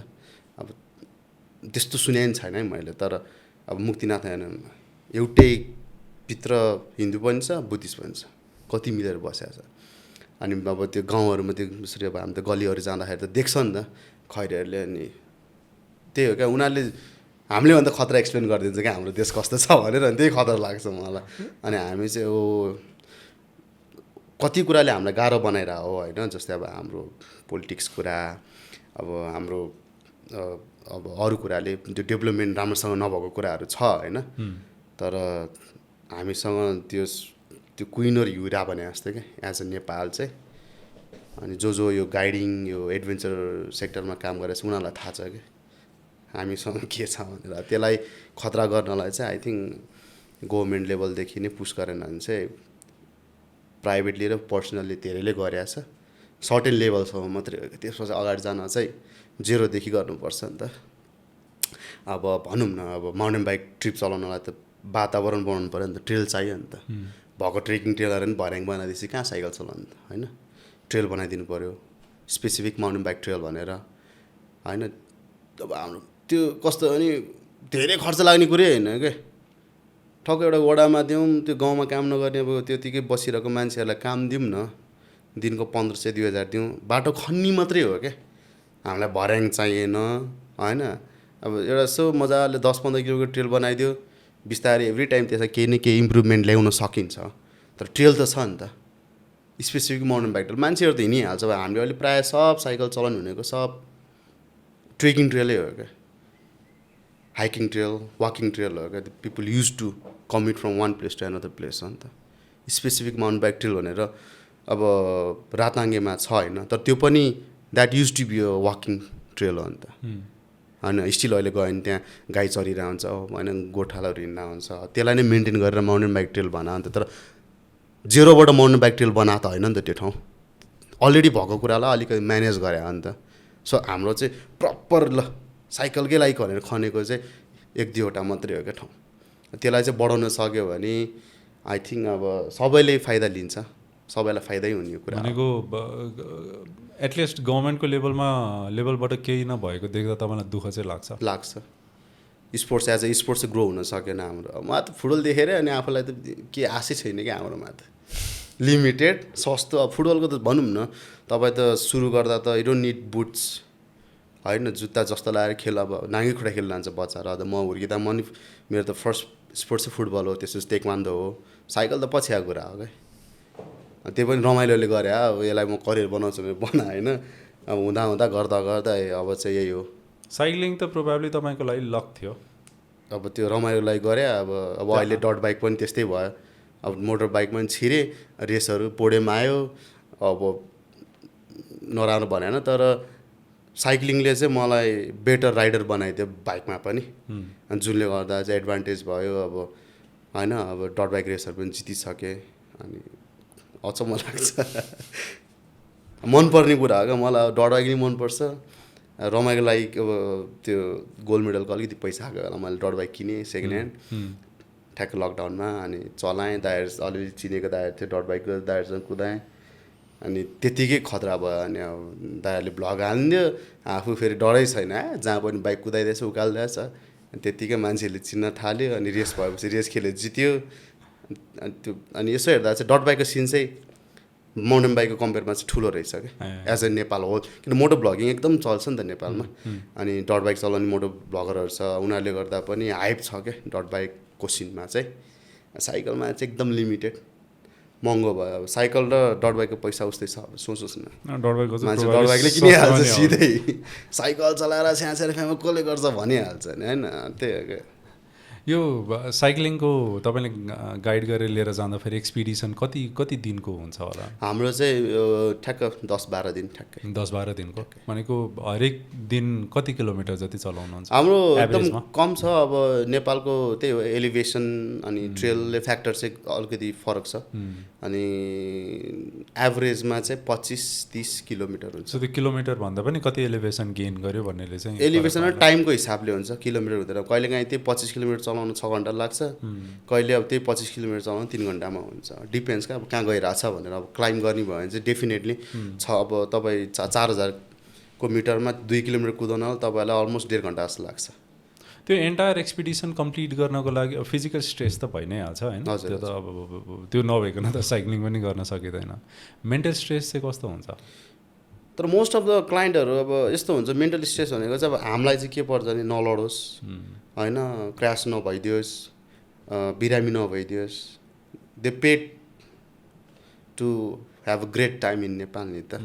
लडेर हात भाँचेर अनि मजा आउँदैन एउटा कुरा, बिरामी भएर रुममा बस्न नि मजा आउँदैन होइन। अनि अब हाम्रो त अलि रेकलेस चाहिँ छ नि त ड्राइभिङ र राइडिङ मोटर बाइक स्कुटरहरू। कहिले रोडा कुदाउँदा चाहिँ एक्सिडेन्ट नभइदियोस् भन्ने होइन। एक दुईचोटि भइसकेको छ अनि विच इज राम्रो एक्सपिरियन्स छैन नि त खैरेको लाइक विदेशीको लागि। त्यो नेचुरल फ्याक्टरले उनीहरूलाई मोटिभेट चाहिँ गर्छ होला है? गर्छ नि उनीहरू कस्तो अब हामीले नि अलिअलि त भन्छ होइन, तर अब त्यहाँसम्म म त्यहाँसम्म त जान्छु भन्छ क्या तिनीहरूले पनि। कतिले त सक्दिनँ भन्छ। अनि okay, don't worry, we have like हुन्छ नि, we have time, don't worry about time, just we will get there होइन। अब होला कसैलाई आधा घन्टा पुग्छ होला, कसैलाई 1 घन्टा लाग्छ। त हामीले त्यही अनुसार फेरि हाम्रो गाइडको पनि त्यही अनुसार हुन्छ क्या। स्लोलाई अलिकति अर्को गाइड दिन्छु, अनि राम्रो कुद्नेलाई राम्रो गाइड दिन्छु। किन सबैलाई सबैको एक्सपिरियन्स त दिनु पऱ्यो नि त। कोही त फिट भएर ट्रेनिङ गरेर हुन्छ क्या, फेरि कोही त नेपालमा कुदाउने एलिभेसन हुन्छ भनेर उनीहरूसँग फेरि कुद्ने खाले गाइड दिनु पऱ्यो। उनीहरूलाई पनि मजा आउनु पऱ्यो, हराउनु भएन। फेरि एउटा रङ टर्नले हरायो भने मजा आउँदैन फेरि होइन। त्यो एउटा कम्प्लेन गरिदियो भने गाउँमा नि मजा नै आउँदैन नि त। हामी त सबै राम्रो होस् होइन, खाना टाइममा दिन पाऊँ, भोक लगाएर यहाँ फेरि खैर नरिसाओस् होइन, सब सोच्नुपर्छ। गाह्रो छ अब गाइडिङ भनेर त्यत्तिकै लगेर मात्रै नि हुँदैन। कति वर्ष भयो तपाईँले यो एक्सपिरियन्स चाहिँ? ठ्याक्कै 12 वर्ष भयो। 12 वर्ष? हजुर। यो 12 वर्ष एन्टायर ड्युरेसनमा तपाईँलाई यो स्टोरी चाहिँ म बिर्सिनै सक्दिनँ भन्ने खाले कुनै त्यस्तो स्टोरी छ एज अ गाइडिङमा? आई थिङ्क त्यही यति ट्राइब नै होला। के भयो त्यो? 20-25 जना यति सब यति साइकल मात्रै जिन्दगी कहिल्यै देखेको छैन त्यति धेरै यति होइन, यतिको साउ। अनि अर्को इन्सिडेन्ट चाहिँ हाम्रो क्लाइन्ट एकचोटि लडेर यस्तो के भन्छ बोन क्र्याक भएको थियो, हिँड्न सकेको थिएन। त्यतिखेर चाहिँ बोक्नु पर्दाखेरि थियो। अनि त्यो एउटा रेस्क्यु गर्दा पनि experience is not just a good day. नराम्रो दिनमा नि कसरी ह्यान्डल गर्छ त्यो पनि फरक पर्छ क्या।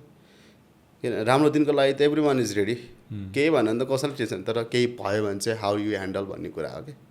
अनि द्याट्स वेयर यु हुन्छ नि, that's where your experience all everything came क्या। अनि तिमीले त्यसलाई कसरी ह्यान्डल गर्छ मान्छेलाई कसरी गर्छ ट्याक ट्याक ट्याक हेलिकप्टर टाइममा उसलाई त्यहाँ निकाल्यो बोकेर लग्यो खाली ठाउँ हेलिकप्टर लग्यो हस्पिटल अरूलाई कसरी सम्हाल्यो होइन त्यही कुरा हो त्यहाँ आत्तिन थाल्यो भने त अनि आफै आएपछि खैरीले के हो भने त अर्कादेश होइन त्यो त आफू एकदम काम भएर टक्क उसलाई त्यहाँबाट झिक्यो यस्तो यस्तो टाइपको आई थिङ्क त्यो कुराले चाहिँ they paid for those thing है अलपत्र पर्दैन नि त अनि त्यो ट्रेनिङ त्यो एक्सपिरियन्स जे जे सिकेको छ नि सबै एकैचोटि काम लाग्छ त्यही हो अनि त्यही हो नयाँ नयाँ मान्छेहरूलाई पनि त्यही भन्छु क्या त्यो इन्भेस्ट गर आफूमा अब कति खैरेले भन्दा कतिजनाले चाहिँ सरी खैरे वर्ड चाहिँ राम्रो लाग्छ निक्लिहाल्छ फेरि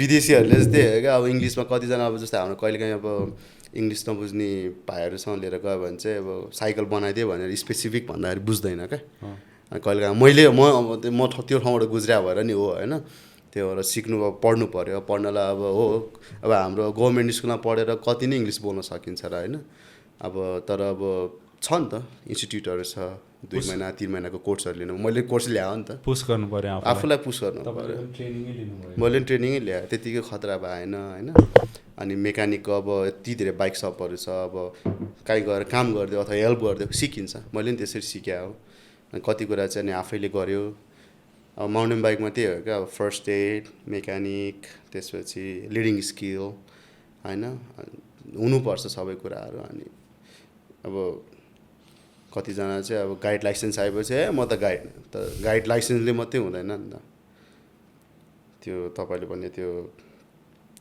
सर्टिफिकेटले मात्रै चल्दैन नि त त्यो पढे अनुसार त आफूले सक्नु पर्यो एक्सपिरियन्स चाहिन्छ सबै चाहिन्छ यो कालिम्पोङको मेगा ब्यालेन्स थियो नि हजुर त्यसको के छ तपाईँको एक्सपिरियन्स त्यतिखेर त किलियन ब्राउन पनि तपाईँले त्यही त खतरा अरे किलियन बनाएपछि त अर्कै प्रेसर भइहाल्यो नि उजानु ऊ त्यस्तै रेसको के भन्छ अरे प्रोफेसनल होइन त्यो रेसहरू उसले लङ डिस्टेन्स डाउन रेसहरू गरिरहेको मान्छे उसँग रेस खेल्न पाउँदा त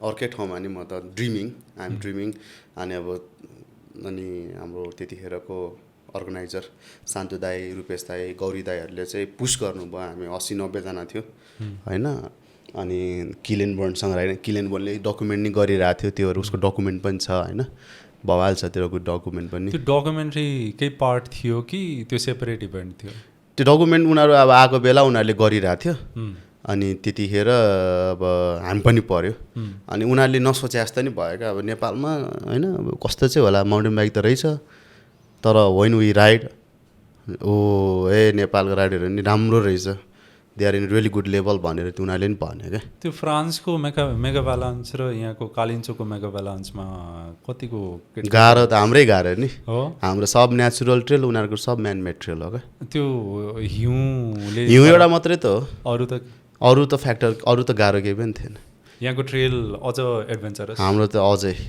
गाह्रोमा नि गाह्रो क्या उसले भन्यो नि मेगालेन्सभन्दा गाह्रो छ भने उसले जितेकै हो क्यारे होइन मेगालेन्सको रेस तपाईँको राम्रो टाइममा 40 मिनट हो हाम्रो यहाँ अलमोस्ट 1 घन्टा लाग्यो अनि त्यो अर्को 15-20 मिनट त्यो थकाइमा कुद्नु पर्दा चाहिँ एकदम गाह्रो हो क्या यो रेस अब हामी 4 मिनटको लागि त्यस्तो गाह्रो हुन्छ अब सोच्नुहोस् न 1 घन्टा दिएको त्यही छ पछाडि कोही आउला टेन्सन अगाडि कोही भेट्दिन नि टेन्सन होइन कस्तो हुन्छ क्या अब त्यो जो कम्पिटेटिभ हिसाबले खेल्छ उसलाई थाहा छ होइन मैले त्यो चाहिँ तपाईँको एफपिभी नै हेरेको थिएँ कि त्यो फर्स्ट पर्सन भ्यू नि एफपिभी भन्छ त्यो पिओभी त्यो हेर्दाखेरि चाहिँ के भन्छ त्यो फ्रान्सको मेगा ब्यालेन्स त झरेको झरै हो कस्तो रोल भइरहेछ क्या त्यहाँ चाहिँ होइन तर यहाँ चाहिँ धेरै कुरा भइरहेछ क्या टाइट न टाइट होइन ढुङ्गा नि फेरि सब नेचुरल ट्रेल हो नि त त्यो पहिला अब कालिम्पोङ हिँडेर जाने बाटो हो अब बाहिरको जस्तो उनीहरूले त्यो साइकल चलाउनु जस्तो बनाइदिएको छैन नि त हाम्रो त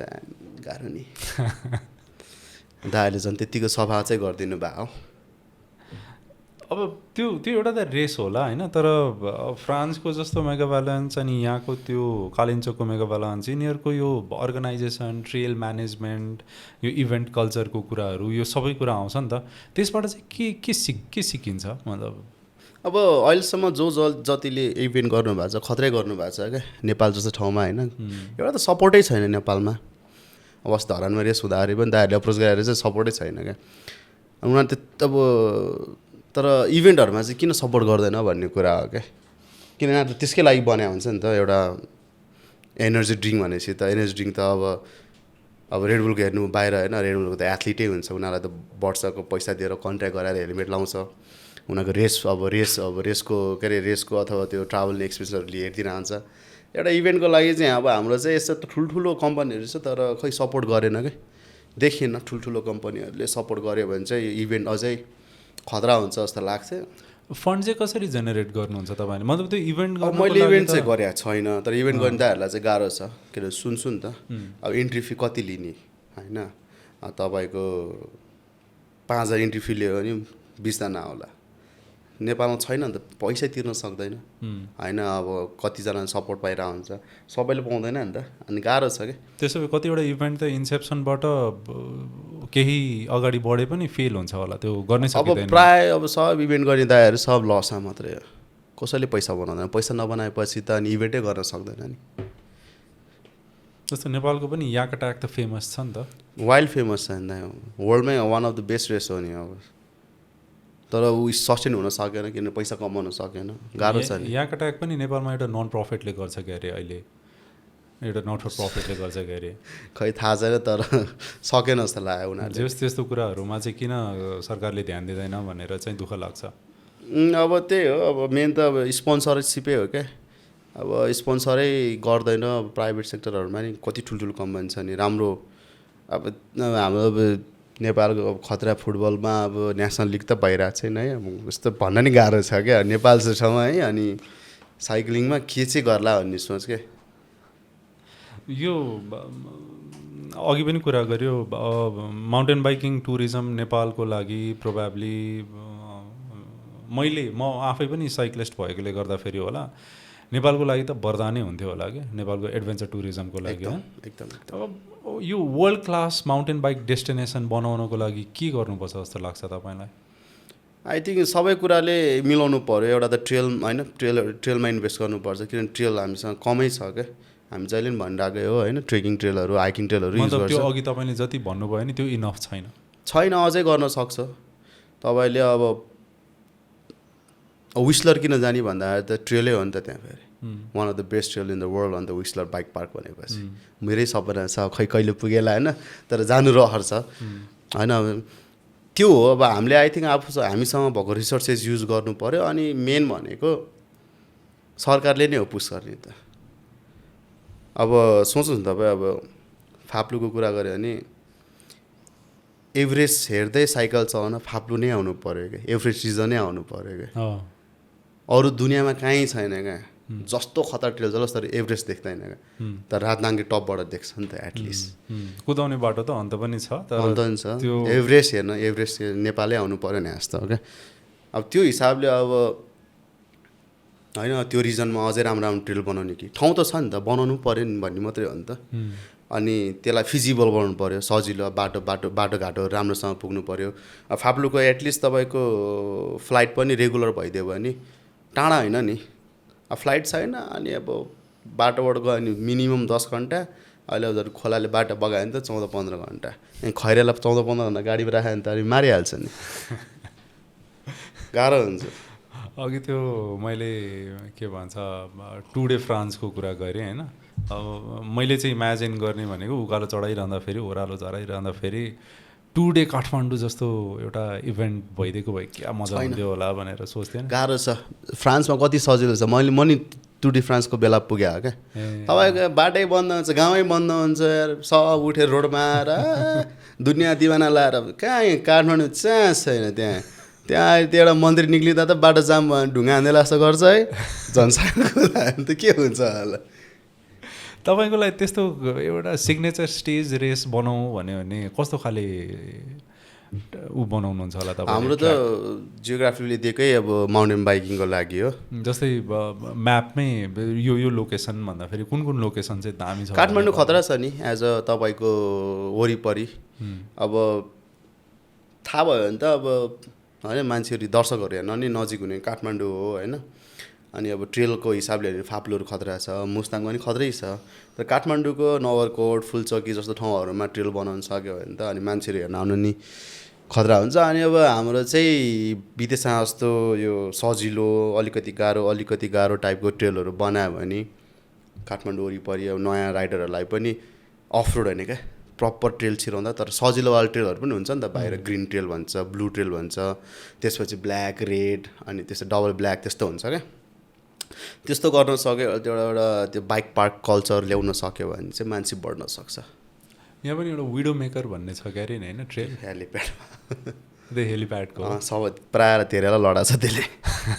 अब यही कुरालाई कन्टिन्यू गर्दाखेरि अब साइक्लिङ अझै पनि सिरियस स्पोर्टको रूपमा नेपालमा डेभलप भएको छैन हुन त। अब कति वर्षदेखि चलाइरहेको सबै अब आफ्नै तर्फबाट मैले नै आफ्नै तर्फबाट दिइरह हो।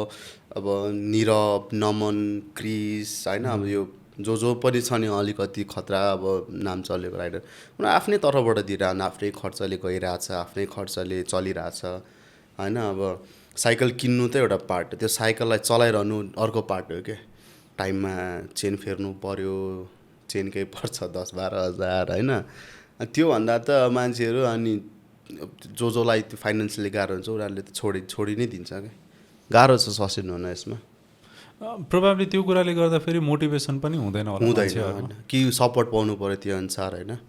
तपाईँ एउटा लेभलमा पुगेर राम्रो राइडर भएपछि अब बाइक सपहरूले नि अब गरिदियो, अथवा यो हाम्रो खेलकुद परिषदहरूले अब राम्रो के भन्छ रेसहरूमा उनीहरूले सपोर्ट गरेर लग्यो भने त हुन्छ नि। अब मलाई थाहा छैन होइन, अब ताइक्वान्डो अब कराते कति इभेन्टमा गइरहेको देख्छु क्या। अब उनीहरू आफ्नै पैसाले जान्छ कि सरकारको पैसाले जान्छ उनीहरूलाई थाहा छ होइन, मैले कहिले बुझेको छैन। तर मेरो यो 12-13 वर्षको करियरमा म 2 चोटि मात्रै सरकारको पैसाले बाहिर रेस खेल्न गएको होइन। 2 चोटि नै होइन, 1 चोटि भन्छ बाहिर गएको त इन्डोनेसिया एसियन गेम खेल्न गएको। त्यो गोल्ड मेडल पाएको होला होइन, त्यो त 7th भएको थियो म त्यति। इन्डोनेसिया गोल्ड मेडल त नेपालमै हो नि, 13th साउथ एसियन गेम। एउटै मात्रै रेस खेल्न म बाहिर सरकारको पैसाले गएको, त्यही मात्रै हो। यत्रो वर्ष गरेँ, बाँकी सब म आफैले गरेँ। म आफै र मलाई सपोर्ट गर्ने मेरो अब स्पोन्सरहरूले। त्यतिखेर चाहिँ सरकारले कसरी तपाईँलाई मतलब कोटा दिएको थियो उनीहरूले साइक्लिङबाट 2 जना मात्रै भनेर। अनि म र रोहन दाई भन्ने हुनुहुन्थ्यो क्रस कन्ट्रीमा, म डाउनहिलमा गएको।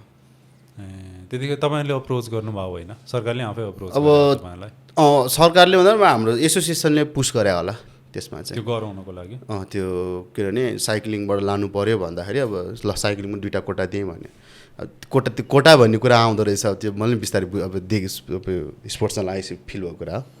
हामीलाई पनि कहिलेकाहीँ मोटिभेट गरिदियो हुन्थ्यो भन्ने जस्तो चाहिँ फिल हुन्छ। एटलिस्ट त्यो ल वर्षको ल एउटा रेस भन्यो हाम्रो अब as a cycling as a mountain बाइकको अब प्रेस्टिजियसकै रेसको कुरा भने एसिसी हो क्या। माउन्टेन बाइकमा चाहिँ एसियन कन्टिनेन्टल च्याम्पियनसिप भन्ने हुन्छ वर्षको एकचोटि। एभ्री टाइम त्यो नयाँ देशमा गइरहेको हुन्छ क्या। अब एसियन गेम साउथ एसियन गेममा चाहिँ हाम्रो माउन्टेन बाइक किन पर्दैन भने चाहिँ अलिक गाह्रो छ नि त, हरेक देशले यो गर्दैन पनि अनि राख्दैन पनि क्या। जस्तै एसिसी भने चाहिँ एभ्री इयर हुन्छ क्या, त्यो चाहिँ युसिआईको अन्डरमा हो क्या।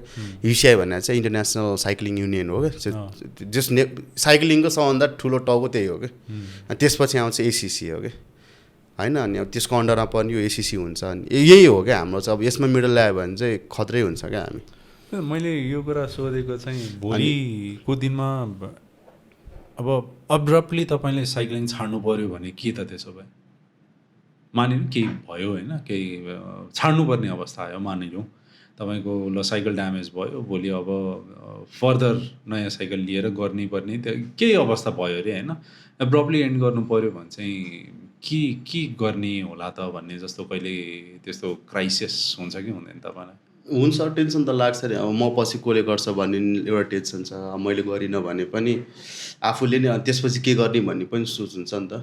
त्यही त म आफै पनि यो साइक्लिङ गर्ने भएकोले गर्दाखेरि होला कहिलेकाहीँ चाहिँ कस्तो स्याड लाग्छ क्या।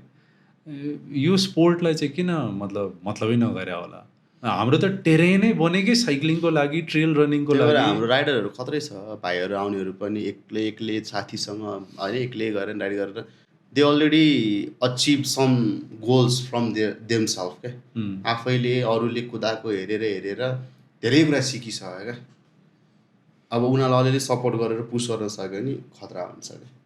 अब एटलिस्ट वर्षको एउटा रेस चाहिँ जस्तै मैले भने एसिसी चाहिँ कम्पलसरी ल साइक्लिङको चाहिँ यो इभेन्टको लागि चाहिँ 4 जना चाहिँ सरकारले पठाउने त्यसको लागि बजेट सरकारले त एटलिस्ट ट्रेनिङ त गरिरहन्छ नि ल नेसनलको ल भनौँ न च्याम्पियन केटी एकजना केटा एकजना अनि अर्को केटी एकजना केटा एकजना क्रस कन्ट्री र डाउनहिल दुइटा गरेर 4 जनालाई प्रायोरिटी दियो भने मिहिनेत गर्छ नि त रिजल्ट ल्याउनु खोज्छ अब म एटलिस्ट आफ्नो तर्फबाट लागिरहेको छु उनीहरूले केही नगर्दा त उनीहरूसँग कुरा गरेँ केही छैन फन्ड छैन दिँदैन कति धाउने त्यस्तो कुराहरू हुन्छ क्या त्यही त तपाईँकै इक्जाम्पल मात्रै हेर्ने हो भने पनि मान्छेसँग पैसा नभए पनि साइकल मात्रै राम्रो भइदियो भने पनि के गर्न सकिँदो रहेछ भन्ने कुरा सकिँदो रहेछ अब तपाईँले नि त्यही हो तपाईँ पनि मान्छे पनि राम्रो हुनुपर्दो रहेछ अब मैले म राम्रो छु भने होइन तर सबैसँग राम्रो भएको राम्रो अनि आफूले चाहे बेला हाम्रो कम्युनिटी राम्रो छ म रेसहरूको जाँदा धेरै सपोर्ट पाएको छु कि होइन अनि दाजुभाइहरूले कम्युनिटीको मान्छेहरूले सपोर्ट गर्छ if they see you as a really good rider potential भएको राइडर उनीहरूले गर्छ क्या नगर्ने चाहिँ गर्छ क्या त्यो चाहिँ 100%। अनि म त्यसै यहाँ पुगेँ होइन नि त त्यो चाहिँ मान्छेले बुझ्दैन इट टेक्स टाइम। तपाईँले कतै काठमाडौँको कुनै गल्लीमा साथीहरूलाई सुताएर बाइक जम्प हानेको हो? काठमाडौँ होइन त्यो घरतिरै हो भैँसीबारी त्यस्तै अब सानो बेला के अब उटपटाङ काम त गर्न आउने त्यस्तो त अनि त्यहाँदेखि अहिलेको तपाईँ प्रोफेसनल राइडरसम्म आउँदाखेरि तपाईँले अब अझै पनि हामीभन्दा सान्तिना भाइ बहिनीहरू अझै पनि साइक्लिङको स्पोर्टप्रति त्यो क्रेज देख्छु कि म पनि अब साइक्लिङ साइकल बनाउन सर्भिसिङ गर्न जाँदाखेरि त्यो ठाउँहरूमा एकदम यङ्स्टर्सहरू पनि आइरहेको राम्रो साइकल चलाइरहेको त्यसमा इन्ट्रेस्टेड भएको राम्रो साइकल किन्न नसक्नेहरूले पनि एटलिस्ट फ्युरी किनेको होइन अनि सेकेन्ड ह्यान्ड फ्युरी भए पनि किन्ने त्यतातिर त्यो देख्दाखेरि चाहिँ त्यस्तो यङ्स्टर्सहरूलाई जसले आरजे रिपर भन्ने चिन्छ नि त्यस्तोलाई चाहिँ के भन्न चाहनुहुन्छ तपाईँ? अब मेरो एक्सपिरियन्स अनुसार चाहिँ अब मैले देखि नै रहेको छु होइन अब यो गरेको छ भन्दैमा धेरै के भन्छ अरे जति खतरा भए पनि चाँडो सक्सेस आउँछ भनेर चाहिँ नसम्झिनु भन्छ कि टेक्स टाइम मिहिनेत चाहिँ गरिरहनु पऱ्यो आफूलाई। अब म होइन यो साइकल चलाएको पैसाको लागि हो म पैसै कमाउँछु भने चाहिँ he might be not the good racer के अब एज अ कम्पिटिसनको वाइजको कुरा होइन अब उसले साइकल अब गाइड गरेर कमाउँछ भने अब उसले चाहिँ त्यसलाई वर्क जसरी ल्याएको छ क्या अब मैले चाहिँ यसलाई एज अ स्पोर्ट्स म चाहिँ मेरो चाहिँ प्रायोरिटी नै गाइड हुँदा नि म रेसरै हो नि त अनि पछि गाइडिङ अब सस्टेन हुनलाई गाइडिङ गरे हो नि त। सो भाइहरूलाई चाहिँ त्यही अब यत्रो मैले 12-13 वर्ष त लाग्यो अहिले यो ठाउँमा पुग्नलाई होइन गाह्रो छ नि। सो भाइहरू चाहिँ अब कस्तो नि चाँडो अलिकति सक्सेस हौँ भन्ने खाले मेन्टालिटी देखिन्छ क्या। अनि अब अहिले चाहिँ युट्युब आयो भ्लगिङ आयो के गर्छ साइक्लिङको जहिले पनि राम्रै कुरा मात्रै गर्नु त्यो आफू फेमस हुनलाई चाहिँ चाहिने भन्दा बेसी नगर्नु भन्छु क्या। म्याचुरिटी चाहिँ एजले ल्याउँछ भन्ने भाइहरू देख्छु नि त भ्लगमा के दुनियाँ दिमाना बोलिरहन्छ के गरिरहन्छ उटपटाङ होइन अनि अब आफूले डिसाइड गर you want be a racer के म गाइड बन्छु भनेर कि त्यही अनुसार लाग्नु पऱ्यो होइन। अब भ्लग गरेरै पैसा कमाउँछ भने अब के अब त्यो भ्लगिङमै मात्रै बस्नु पऱ्यो होइन तर अब होइन रेस खेल्ने देशलाई रिप्रेजेन्ट गर्ने होइन अब त्यो चाहिँ अब टाइम लाग्छ होइन। अब आफू निखारिनु पऱ्यो राम्रो हुनु पऱ्यो ट्रेनिङ गर्नु पऱ्यो राम्रोसँगले छैन भने अब नेपालमा गरिदिने मान्छेहरू छ ठाउँमा पुग्नु पऱ्यो सबैलाई चिन्नु पऱ्यो। अब घरमा बसेर मलाई आएर सपोर्ट गरिदियोस् भनेर चाहिँ कसैले गरिदिँदैन। त्यो ट्रेनिङको एक्सेस चाहिँ कसरी पाइन्छ मतलब अब अहिलेको जमाना यस्तो टेक्नोलोजीको छ युट्युबमा हरेक कुरा हालिदिएछ अब सिक्नु पऱ्यो आफैले। अब बाइक सपहरूमा काम गरेर अरूको मन जित्नु पऱ्यो बाइक सपबाट किन सपोर्ट एटलिस्ट अलिअलि भए नि पाउँछ क्या कि त्यसरी हो सुरु गर्ने। अब आफै कुदाएको छ अब मलाई कसैले म यस्तो खतरा कुदाउँछु मलाई बोलाएर मलाई गरिदेला भनेर चाहिँ कहिले नसम्झिनु आफूलाई चाहिएको छ भने आफू जाने हो म चाहिँ त्यही भन्छु। अनि जहिले पनि डिसिप्लिन हम्बल हुनु चाहिँ मलाई चाहिँ सुरुदेखि सिकाएको चाहिँ बी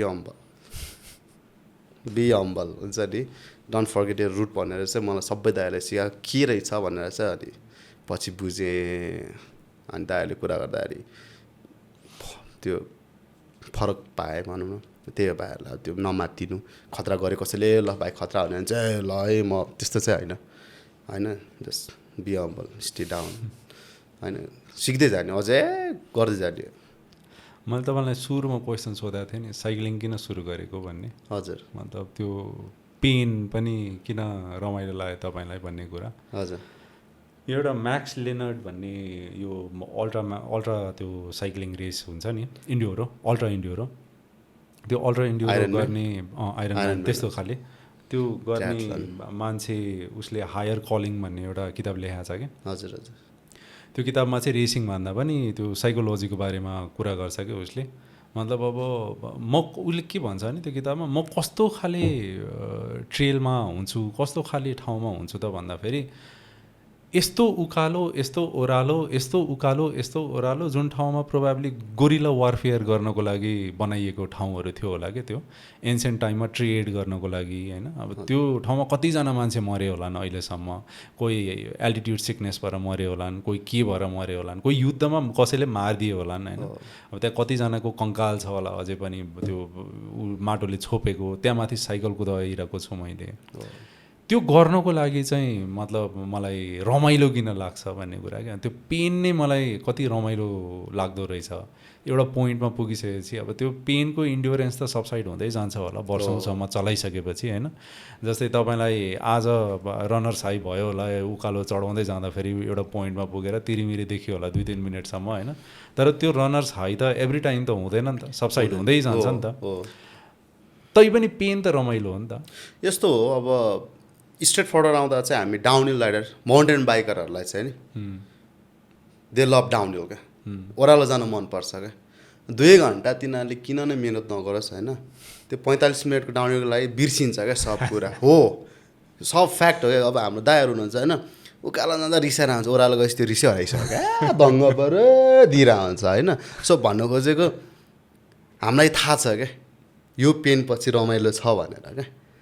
अनि त्यो हिसाबले पनि त्यो डाउनहिलको त्यो रमाइलो ओ यार आधा घन्टासम्म ओह्रालो, त्यो हिसाबले पनि अलिकति मिहिनेत त गर्नुपर्छ भन्ने हुन्छ। अब कोही अलि अटेरी हुन्छ, जबरजस्ती गर्छ, आफूलाई दुःख दिन्छ, कोही चाहिँ चिल ब्रो हिँडिदिन्छु भन्ने आनन्दले हिँडिदिने नै हुन्छ क्या मान्छेहरू। तर सबै गर्ने ओह्रालोकै लागि हो, त्यहाँ पुगेर अझै मान्छे जानुपर्छ भने चाहिँ कसैले गर्दैन यो कुरा। तर ओह्रालोकै लागि म लास्टमा गएर रमाइलो फेरि ओह्रालोमा हो क्या, सबैले इन्जोय गर्ने। अनि ओह्रालोको लागि चाहिँ त्यहाँ 2 घन्टा उक्लिउँला नि, त्यसपछि त ओह्रालो हो भन्ने हुन्छ। अनि त्यसकै लागि अब साइक्लिस्टहरूमा चाहिँ त्यो छैन, उनीहरू चाहिँ उकालो ओह्रालो गरे गर्छ नि त रोडमै, जिप ट्र्याक भनौँ। तर जसले चाहिँ माउन्टेन बाइक गर्छ उनीहरूलाई चाहिँ सिङ्गल ट्र्याक चाहिन्छ क्या, because we enjoy in single track नै, रोड त जसले पनि कुदाउँछ भन्छ। अनि अब नेपालको ट्रेलमा त त्यो सटलहरू हुँदैन, हरेक टाइम अब जिपमा साइकल राखेर माथि जाने अनि मोस्ट अफ ठाउँ हुन्छ क्या, त्यो रमाइलो छ नेपाल। त्यो भएर माउन्टेन बाइकर बढ्नुको रिजन त्यही हो। अब जस्तो नगरकोट गयो भने एक्सेसेबल छ टक्क। अब सटलहरू पनि अब हामीले गर्दा उनीहरूलाई पनि थाहा छ कहाँ गएर टिप्ने, कहाँ गएर छोड्ने होइन। अनि त्यसले पनि रमाइलो हुन्छ क्या। अब मनसुनमा चाहिँ अब हाम्रो जहिले नै राइड स्लो नै हुन्छ, हिलो र पानीले गर्दा चिप्लो हुन्छ त्यो। अब अक्टोबर पछि तपाईँको मेसम्म अब मोस्ट अफ द मान्छेहरू एक्टिभ भयो नि, त्यही टक्क आएर गर्छ। अब 7-8 हजार लिन्छ दिनको, 4-5 जना मिलेर स्पिड गऱ्यो अनि दिनभरि साइकल चलायो, त्यसरी ट्रेल चलायो, रमाइलो। पैसा खर्च आएछ तर आयो डङ्ग, क्या मजा, आज मैले यस्तो कुदाएँ, मैले आज उस्तो कुदा भन्यो। अनि त्यही बेलुका अलिअलि बियर खायो, हल्ला गऱ्यो, त्यही अनि हाम्रो माउन्टेन बाइकहरू चाहिँ चिल रमाइलो लाग्छ। यो पोइन्ट अफ लाइफ तपाईँको लाइफमा आइसक्दाखेरि आरजे रिपर र राजेश मगर बिचको डिस्टेन्स कति छ त त्यसो भए? अब त्यो सुरुमा हामीले कुरा गऱ्यौँ नि, राजेश मगर क्लोज कि आरजे रिपर क्लोज तपाईँको लागि भन्ने एउटा कुरा गरेको थियो नि हामीले। अब मान्छेले चिनेर त मलाई आरजे रिपरै भनेर चिन्छ प्रायःले होइन, मेरो एक्चुअल नेम चाहिँ एकदम कमैलाई थाहा छ। अब जे जति लाइफमा भएको छ त्यो आरजे रिपर पछि नै भएको नि त। त्यो एउटा आरजे रिपर अब त्यही हो। अब मेरो अस्तित्व त राजेश मगरै हो। म यो मेरो सबै हटानी म राजेश मगरै हुन्छु, जोडिन म राजेश मगरै हुन्छु। तर अब जुन हिसाबले मलाई वर्ल्डमा नि मान्छेहरूले, किन ऱ्यान्डम ठाउँमा नि अब युरोप जाँदा नि मान्छेले चिन्यो भनेपछि चाहिँ अचम्म लाग्छ। अबको 20 वर्षपछि कुनै माउन्टेन बाइकिङ सुरु गरिरहेको कुनै फुचेले होइन आर्चरी पावर भन्ने नाम सम्झिँदा फेरि के सम्झियोस् जस्तो लाग्छ तपाईँलाई? नेपालको one of the greatest mountain biker I think त्यही हो होइन। हुन्छ नि अब प्रोबेबली अब अझै अचिभमेन्टहरू लिन सक्यो भने अझै बेटर। नेपालको लागि एकमात्र पदक ल्याउने राइडर अथवा त्यस्तो केही म पछि नै आओस् गरोस्, तर पहिलो पटक भन्ने जहिले पनि पहिलोलाई सम्झिन्छ नि त। एभरेस्टमा पहिलो खुट्टा कसले हाल्यो भने त्यही त भन्ने नाम उसैको त बसिरहेछ नि त्यत्रो वर्षपछि पनि होइन। त्यो आई थिङ्क अब फ्युचर जेनेरेसनले नि अब माउन्टेन बाइकिङमा राजेश दाइले गर्यो अथवा आरजे रिपरले गर्यो हामीले पनि सक्छ भन्ने एउटा मोटिभेसन चाहिँ भइदियोस्, त्यही हो। त उनीहरूको लागि चाहिँ आई थिङ्क कम्युनिटीहरूले चाहिँ सपोर्ट गर्नुपर्छ, किनभने mountain biking is not that easy अनि त्यति सजिलै र सहज तरिकाले अगाडि बढ्न पनि सक्दैन विदाउट एनी फाइनेन्सियल सपोर्ट। गाह्रो छ, किनभने अब साइकलहरू आजभोलि टेक्नोलोजी खतरा भएर है $10,000 $12,000 साइकलहरू छ। अब झन् अब 15-20 वर्षपछि कति हुन्छ होला होइन। त्यही भएर अब इट्स एक्सपेन्सिभ स्पोर्ट्स। खै अब अहिलेसम्म त टिकिरहेको छु, अचम्म लाग्छ त कहिले त खर्च आफूले यसो साइकल मेन्टेन गर्दा के किन्नु पऱ्यो भने त फिल हुन्छ नि, महँगो छ नि। नेपालमा केही बन्दैन, केही पाउँदैन, सिपिङ बन्यो, भ्याट बन्यो होइन, सिपिङ कस्ट, त्यसपछि यहाँ के अरे भन्सार तिरो भन्यो। फ्रीमा आएको सामानको भन्सार तिर्दा पनि टेन्सन लाग्छ, लाखौँ तिर्नुपर्छ। अनि फाप्लुको त्यो रत्नागे जुन ट्रेल छ नि, त्यो ट्रेल कि कालिन्चोकको मेगाबालान्स? फाप्लुको ट्रेल भेराइटिज छ त्यहाँ चाहिँ। ल राजेशजी, थ्याङ्क यू भेरी मच। एकदम तपाईँसँग कुरा गर्दा धेरै रमाइलो लाग्यो। तपाईँलाई एकदम खुसी लाग्यो। तपाईँलाई वर्षौँदेखि फलो गरेको आज टक्क भेट्न पाएर कुरा गर्दा फेरि धेरै नलेज पनि भयो। एकदम मलाई एकदम अब यसरी आफ्नो एक्सपिरियन्सहरू सेयर गर्न पाउँदा चाहिँ खुसी नै लाग्छ। अब सिक्ने नसिक्ने अब मान्छेहरूको कुरा हो होइन, तर आफूले के सिकेको छ, आफूले के भोगेको छ त भन्न पायो। आई थिङ्क खुसी लाग्छ कुरा गर्दाखेरि। सधैँ सबैसँग यस्तो कुरा हुँदैन, त्यही त हो। Thank you very much. धेरै धेरै धन्यवाद।